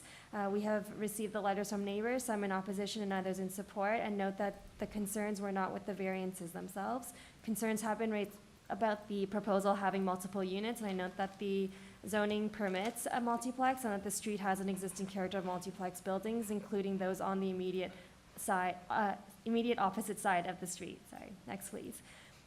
In conclusion, the proposed development improves an underutilized site to align the intent of the official plan and EHON multiplex policies for new family-size rental housing in neighborhoods. The proposal is in a walkable, transit-supported area near numerous services and amenities, and we've worked with staff and ensured that there are no staff objections to the variances requested. It has been designed to limit overlook and privacy issues, relate appropriately to the adjacent properties, and maintain the function of the required provisions, including drainage, soft landscaping, and access. And it's our opinion that the minor variances satisfy the 4 tests of the Section 45(1) of the Planning Act and represents good planning. Thank you. Thank you. We have some speakers, but any burning questions? No? Okay. Thank you very much.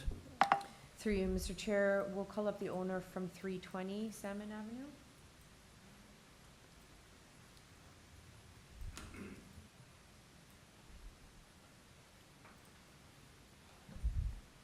Good afternoon, sir. Good afternoon, sir. Your name and address, please. My name is Konstantinos Katsopoulos. I reside at 320 Salmon Avenue. Just to give you a little bit background information here, or a little bit history, Frankdale is a one-way street that goes northbound. It's intersected by Milverton, Salmon Avenue, and Mortimer. I've actually resided at 41 Frankdale Avenue. I also owned that property. At one time, I resided there between 1986 and 1998. It's a triplex. Now I do own that property with my wife. We've been owners of that property for 12 years now. We do have long-term tenants. That's the purpose of it. We do provide parking in the rear of the building, as do all the duplexes that run alongside the east side of Frankdale Avenue. So in keeping with the problem of congestion or reducing that, as each of the triplexes that exist there now do provide for parking, it alleviates that to some degree. But there is still an issue with regards to congestion and parking in the neighborhood because of the fact that Frankdale is made up with the triplexes that exist there now, and a lot of single-family dwellings that in some cases don't have any parking, so have to rely on the street parking to do so. I was looking at the plans of this fourplex. There's no allowances for parking whatsoever, and my concern would be that that would just really cause disruption with the lack of parking that already exists now along the street. Even when I resided there at 41 Frankdale back between 1986 and 1998, parking was a concern then too. If you can imagine, there were more than one occasion when I had to call for a vehicle to get towed or tagged or a combination thereof that was either partially blocking the driveway of my exit or fully blocking it to that extent. And that happened, like I said, more than one occasion.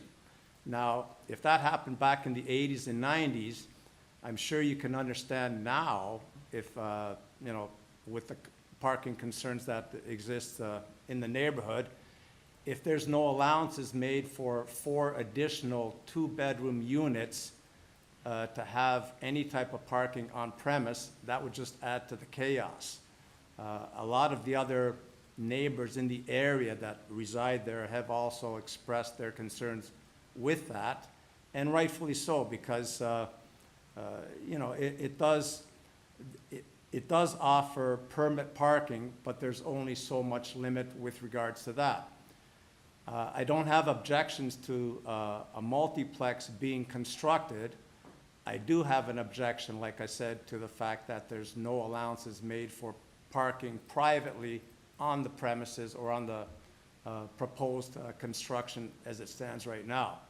So I'm just asking the committee to look at that seriously and give that some real consideration. Thank you, sir. Thank you. Any questions? No, thank you very much, sir.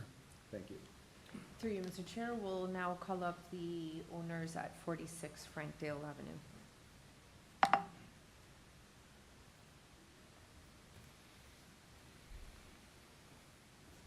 Well, officially, good evening. It is, thank you. Name and address, please. Diane Bennett-Jones, 46 Frankdale Avenue. I'm Chris Jones. I live in the same place. Okay. Contrary to the claims of the applicant, my husband and I did not provide a letter of support for this project. We have significant concerns regarding the proposed application. These issues include the building height of 10 meters and the north awning, which would block the light and sky view of our 2 south-facing windows, the building's front lot line setback and building size, which would allow the 2 north-facing balconies to overlook our front porch and yard, front bedroom window, and backyard. The 2 north side center doors that would look directly into our upstairs side bedroom window, the 2 north main entrance doors that would be directly across from our dining room window, allowing everyone exiting or entering the building, everyone walking by on their way to the 3 of the suites, and everyone going to the backyard to look directly into our window. And everyone could be a lot of people, because if the 3-bedroom house that currently exists is rented to 6 unrelated people, how many people could the proposed 8-bedroom, 12-bathroom multiplex be rented to?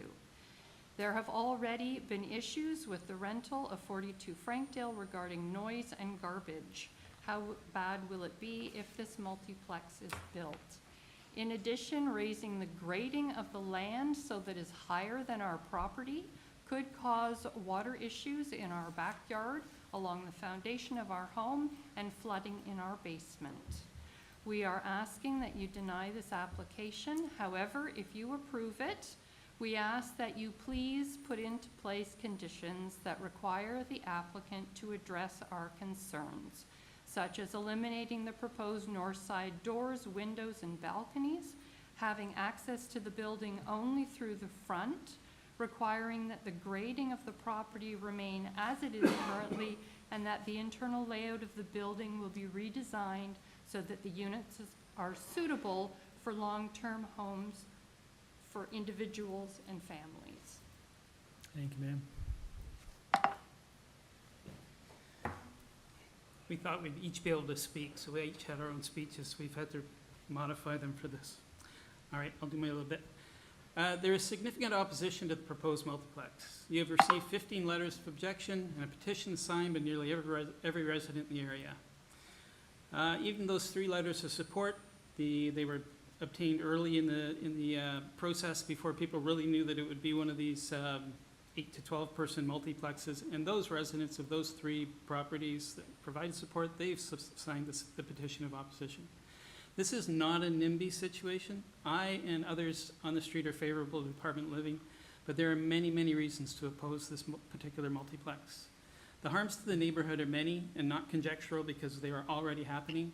They will only be made far worse by yet another multiplex on the street. This issue boils down basically to over-intensification. Yes, the city needs more housing. Yes, the city needs to densify, but doesn't it need to do it so intelligently without overburdening an already over-densified street? We already have 8 triplexes on the street. Adding another 8 to 12 short-term residents in another multiplex will dramatically amplify the problems already experienced with parking, traffic, garbage, noise, and safety. Per EHON, the proposed building would fit just fine into a busy streetscape such as Danforth Avenue, but putting the same building on this stretch of Frankdale Avenue will only push away the families that the city really wants to attract. Regarding the adjacent property and owners at Frankdale Avenue, the harms will be far from trivial. The invasion of privacy will be significant because of the designed location of doors, windows, and balconies. The proposed location of multiple entrances, which forces occupant flows through the narrow corridor between the buildings, will cause significant noise and breaches of privacy for our home.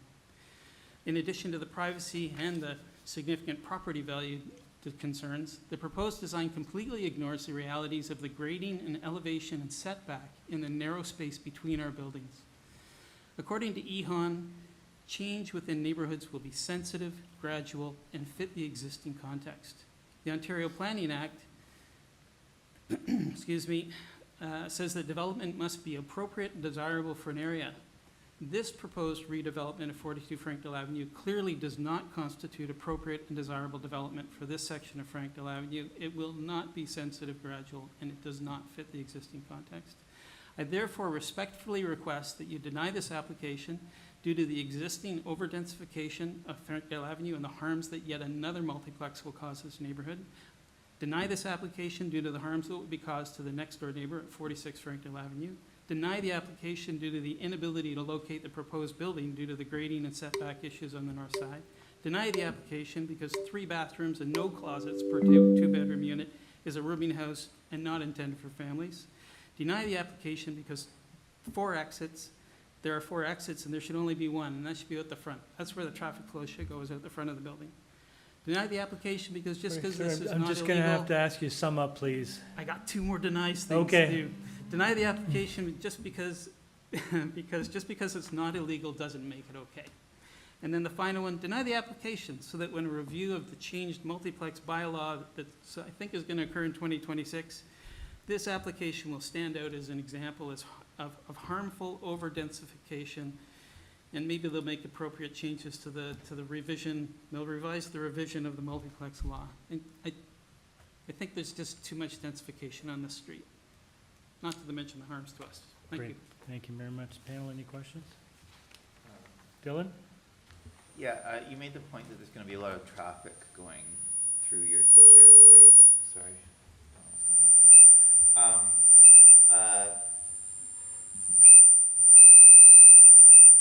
don't know what's going on here. You made the point that there'll be a lot of traffic through the shared space. Is there anything that the applicant could do to mitigate the impact on your property and your experience? I don't think so. Our property is set back only about a half a meter from the property line. It's a 100-year-old house, and I guess that was allowed back then. So on our side, we'll have 20 inches or a half a meter. On their side, they're proposing 1.2 meters. That's basically 1.7 meters. Now you're gonna have to reduce some of that because they have 2 doorways coming there. So there's just no way to put a screen up there in front of our dining room window. There's no way to put a fence up between the properties. If you did try to, we'd only have 20 inches. I think I'm wider than 20 inches. We'd have 20 inches to walk between the fence and our house, you know, to take our garbage bins, which wouldn't even fit, lawn chairs, all the things that you take back and forth to the backyard. We would no longer be able to access our backyard. That's really a shared space. That's what it's been, that driveway that's there now and the walkway. So I don't know how you could, the only way they could do it is maybe set their building back even more than 1.2 meters and then put a fence up that's, I don't know, at least a half a meter on their side of the property line. Then that would give us about a meter to kind of move along our property. I can't see that that makes sense though. The only other thing to do is to put the entrance out the front. Like right now they have 3 entrances, 2 of them in front of our dining room window at the side and 1 at the back. And the way they've arranged all the units is each unit has 1 exit. So the front exit that looks like this wonderful porch, it only serves 1 unit or 25% of the occupants. And they've designed the building to be rented to a lot of people. Like this is hoteling. Each bedroom has its own bathroom. So they have 12 bathrooms in a 4-unit building. It's meant for 8 to 12 people. Like that's what they're doing in the house right now. They have 6 unrelated people in that house and it's a 3-bedroom house. Okay. So, okay. And that's, the space between you and this application, that's not it doesn't look like, there's no right of way there, I don't see. Don't know what you mean by right of way. Like you have rights to use it as a driveway, or you can go on each other's side. Correct. It's just there's a property line, there's happens to be a gap. They have a driveway in the existing house. The previous owners, I guess we used it that way in a sense. We both would shovel to snow and we'd both, you know, do whatever. Right. But it's the only way to get our bins and things to the backyard. So if their car was in the way, they'd move it and we could move our bins. Right. And it was sort of treated as shared space, but that's because they're great neighbors. Okay, thank you. Anything else? Thank you very much. Okay, welcome, thank you. Agent back?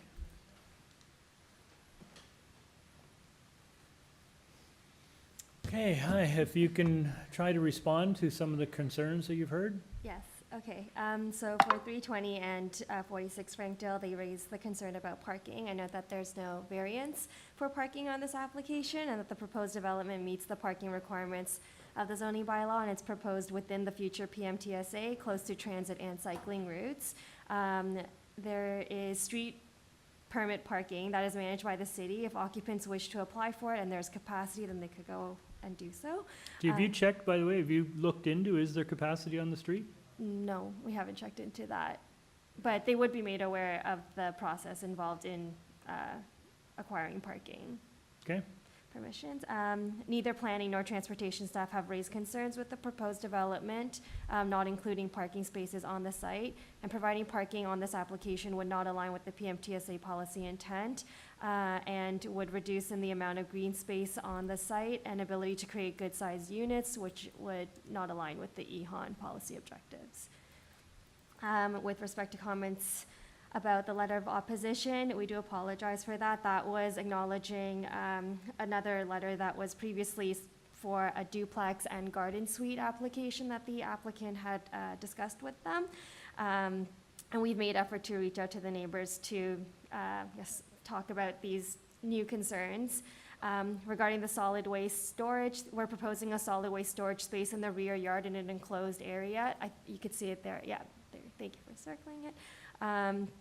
And regarding grading and drainage, we're required to provide grading and drainage drawings as part of the building permit process. Providing individual access to units is a common approach to multiplex design, and it's desirable to provide occupants with their own door directly to their units. And generally speaking, the Planning Act doesn't intend that we people zone, determining the appropriateness of an application for who might live in these units. The proposal is all 2-bedroom units, which are the type of large rental accommodations intended by the multiplex policies. The clients offered the adjacent owners a fence previously, and it was declined. We have no objection to providing a fence if it is still desired along that property line. The 4-plex is permitted as of right citywide within the neighborhood's designation, and this is In particular, within the PMTSA, where additional density is anticipated, the EHAN multiplex policies apply to neighborhoods specifically, as they intend to expand housing options in neighborhoods. These policies don't apply to the mixed-use areas such as Danforth Avenue, which is planned to absorb much more significant amounts of growth than through multiplexes. And overall, this is an area where densification, specifically this kind, is anticipated and being planned for and meets all policy intent. Thank you. Okay, questions? Dylan? Just a few questions. You've made the point that this is close to transit and cycling facilities, which is great. The units are actually quite small. I was wondering if you're planning to provide any bike parking outside for the tenants. There is bike parking. Are you planning to provide bicycle parking? Yes. Can we be more specific? Okay. Do you have It's a not in the plans. They were in our initial duplex and garden suite ones. For this one, we apologize, they're not in there. On the south side? in Would the it be rear okay yard. if we include a condition that a certain amount be included? Of course. Like, I don't know, 4 or something? What would be Do what you would have be an idea appropriate? how many you'd like to put on? 4 spaces. One per Okay, so unit. 4 One per bike unit? park spaces Mhm. outside. Okay, thank you. For the 2 balconies, the neighbor was concerned about privacy. Would you be okay with privacy screening on the 2 third-floor balconies? Does that work for you? Okay, yes, privacy screening is okay. Great, thank you. The neighbor was also concerned about overlook into their units. Would it be okay if we had a condition of frosting the north-facing windows? Yep, and I could also show you to slide 11 in the presentation, and if you zoom into the photo showing the existing condition, there's already windows and a door there, so it's not, so that's the elevation, and then if you go to slide 11 on the right side, yeah, I think you should, oh, that was the correct slide. So go back, yeah. Sorry. Can we go Oh, you back? want to show the windows on the existing building? But did you want that to be 'Cause private? You said that the windows on the north side are really just for the staircases, right, primarily? Yes. One Before the down? staircases, if you go, if you're There. looking for floor plan.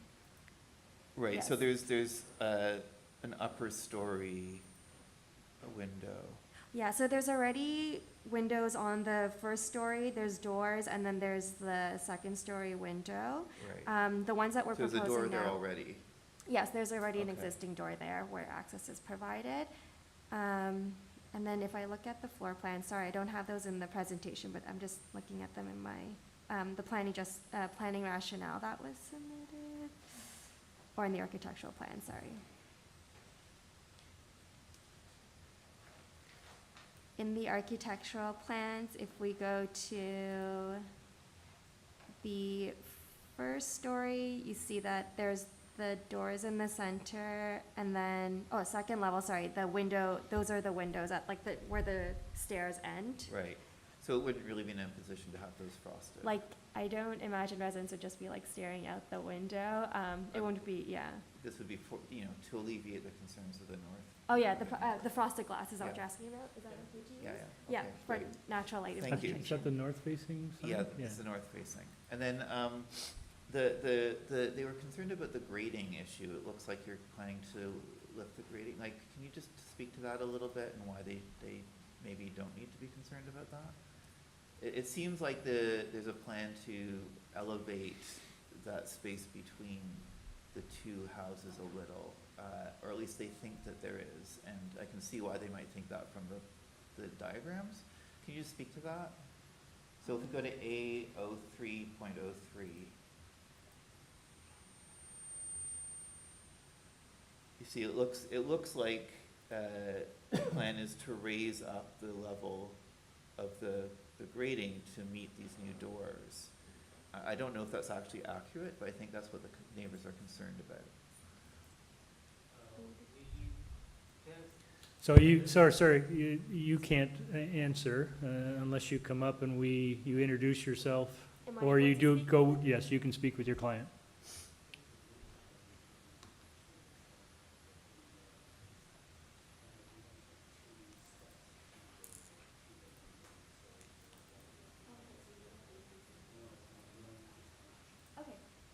So the existing grade is remaining as it is. There is a grade change as you go towards the rear of the house. that's an So existing that's grade. what you're seeing, and then they're going to be putting 2 steps so Right. that it's accessed So from the that's- existing grade That's condition. actually an existing condition. That's Okay, right. but I think the neighbors were concerned about that, so it's great to have that addressed. And then the final question is, so several people made the point that these are small rooms with inbuilt, with a ensuite bathroom, but no actual storage space, and they're concerned that this will be used as short-term rentals. So I was wondering if you can speak to that and explain why that's not something that they need to be concerned about. We actually consider these to be spacious 2-bedroom units. Maybe in terms of like what exists in the neighborhood for these single detached homes, they're considered smaller 2-bedroom units, but generally speaking, they are larger units. And the 2 bedrooms are meant to kind of serve, first of all, long-term occupants. We're not looking for this to be a short-term rental property. And also, it's meant to, I guess, like provide space for a range of different occupants. So whether it's people who are looking to downsize, or a young, small family, or, I don't know, just like, yeah, groups of unrelated people. But there is a closet space provided within the main, like the larger bedroom, and all the bedrooms do have en suites. This was seen more as a positive design choice than something that we thought would be taken in a negative way by local residents. And then for the bedroom without, it's something that we can add in through more detailed design stages, or if they want to include like their own wardrobe or fixtures, there's flexibility in that as well. Okay, thank you. Okay, any further questions? Thank you. No, I'm sorry, sir, you can't speak any longer. All right, we take this into committee. Dylan, you had a lot of questions. I'm going to ask you to start. Yeah, I think overall, this is exactly what the city's looking for. The variances are actually quite minor. I think the interior design is actually quite ingenious with the 2 levels. And I think they'll actually be quite nice suites. It's possible it may be rented out to students, but that's entirely a reasonable thing, and it's broken up into small units, so I don't think it'll create a kind of, even if it is rented out to students, it won't create a, because they're just 2 bedrooms, I don't think it'll create a kind of a negative, loud effect. I think they'll be quiet. So I think I totally understand the concerns of the northern neighbors. There will be a lot more traffic, and obviously that's going to be more disruptive for them. But unfortunately, that is in fact, that's going to be part of any introduction of multiplexes, and that is what the multiplex zoning actually views. I do think that the suggestions I made, I think, are all designed to reduce the impact on the northern neighbors, which, I think they will have some impact. And I do think it's important to have some exterior bike parking. Those are fairly small units. I don't think it's reasonable to expect people to haul bikes upstairs and inside. And I apologize again, I still don't know why this is happening. Everything's turned off. So I think overall this is desirable with the conditions that I've suggested. Great. I'd just like to add a couple things. First of all, I did notice that the length, it's only 15 plus meters, so it is actually quite well within the approved length. There's no height variance, overall height variance. So as an envelope, it's within mostly as of right. And it's within the PMT SCA, which is now defined and approved by council. As a consequence, then this is an area that is anticipated to take on more density. And it is a walkable to the Danforth subway station. So it has a number of other features which I think make it a good candidate for additional densities. And notwithstanding the fact that the neighbors made it quite clear that there is already a lot of duplexes and multiplexes on the street, but this is in an area where I think the council is anticipating to put more. So maybe, Dylan, I can ask you to make a motion? Yeah, I would like to move to approve these variances with the following conditions. That 4 or more bike parking locations will be provided outside in the backyard, I guess. That privacy screens will be put on the north side of the 3rd floor balconies in the front and the back. That the windows on the north side will be made with frosted glass, and forestry conditions 1 and 2. Right, okay. All right, motion by Mr. Reed with those conditions, seconded by Mr. Reed. All in favor? That's unanimous. You have your approval. Thank you.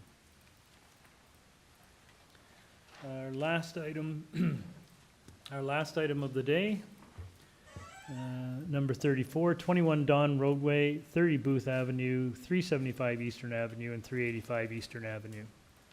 This is an application to alter the development standards approved under site-specific zoning bylaw 1281-2018 by modifying schedules A, B, and C of this bylaw. Committee has before it a copy of plan of survey, site plan, floor plans, and elevations, 2 photographs of the subject property, covering letter from the agent, several decision numbers from previous committee decisions, tree inventory, protection and removal plan, copy of the site-specific zoning bylaw, diagram 5 and revised diagram 10 affecting the subject property, and staff reports from community planning and TRCA, and an advisory report from Metrolinx. Through you, Mr. Chair, we do have the agent online, no registered speakers for this item. Good evening, sir. Excuse me. Good evening, Mr. Chair, members of the committee. Your name and address, please, sir. Yes, sir. The name is Max Laskin. I'm a lawyer at Goodman's LLP. Our address is 333 Bay Street, Suite 3400, Toronto, Ontario. Okay. Are you revising any of your material? We are not, sir, no. The variances as reflected in the notice were coordinated with city staff, and no modifications are requested. Does anyone need a presentation? This is more of a technicality, I think, than anything, isn't it? All right, sir, it is a complicated application, but we understand that it's a very straightforward technicality. I don't think we'll need a presentation today. Members might have questions or might not. There, Peter has a question. Yeah, just to confirm that you're in agreement with the community planning condition that's being proposed. I'm assuming you've been involved in developing that. That's correct, absolutely. No concerns with that condition. Thank you. Okay. All right, sir. We will be taking it into committee, but before we do, is there anything you'd like to share with us? Thank you, Mr. Chair. I'm happy to proceed in that way. All right, thank you. Okay, we're in committee. Someone want to take this one on? I just want to say something on just to make a statement. Part of this is to realign the bylaw because they demolished the old Unilever factory. I noticed that. And I wanted to say that I think that was a mistake, and it's a regrettable thing to have done. It wasn't designated though, was it? It was not designated. Yes, I know. I've been on the top floor of that. It's a marvelous building. As have I. It was a marvelous building, and I feel like the demolition really lost some character in this space. So a huge property, a huge development. So having said that, I think we've all commented. Peter, did you want to throw in on a comment on it too? No, I'd just say I agree with Dylan's comment. That's a missed opportunity. It's a really cool building. Yeah, but regardless of that, I'm happy to move approval of this application, subject to community planning condition. All right, motion to approve by Mr. Reed, seconded by Mr. Wilkins. All in favor? You have your approval, sir. Thank you. That concludes today's proceedings. We are adjourned at 6:29 p.m. Thank you, everyone. I think we're alone now. It's a song. Isn't there a song?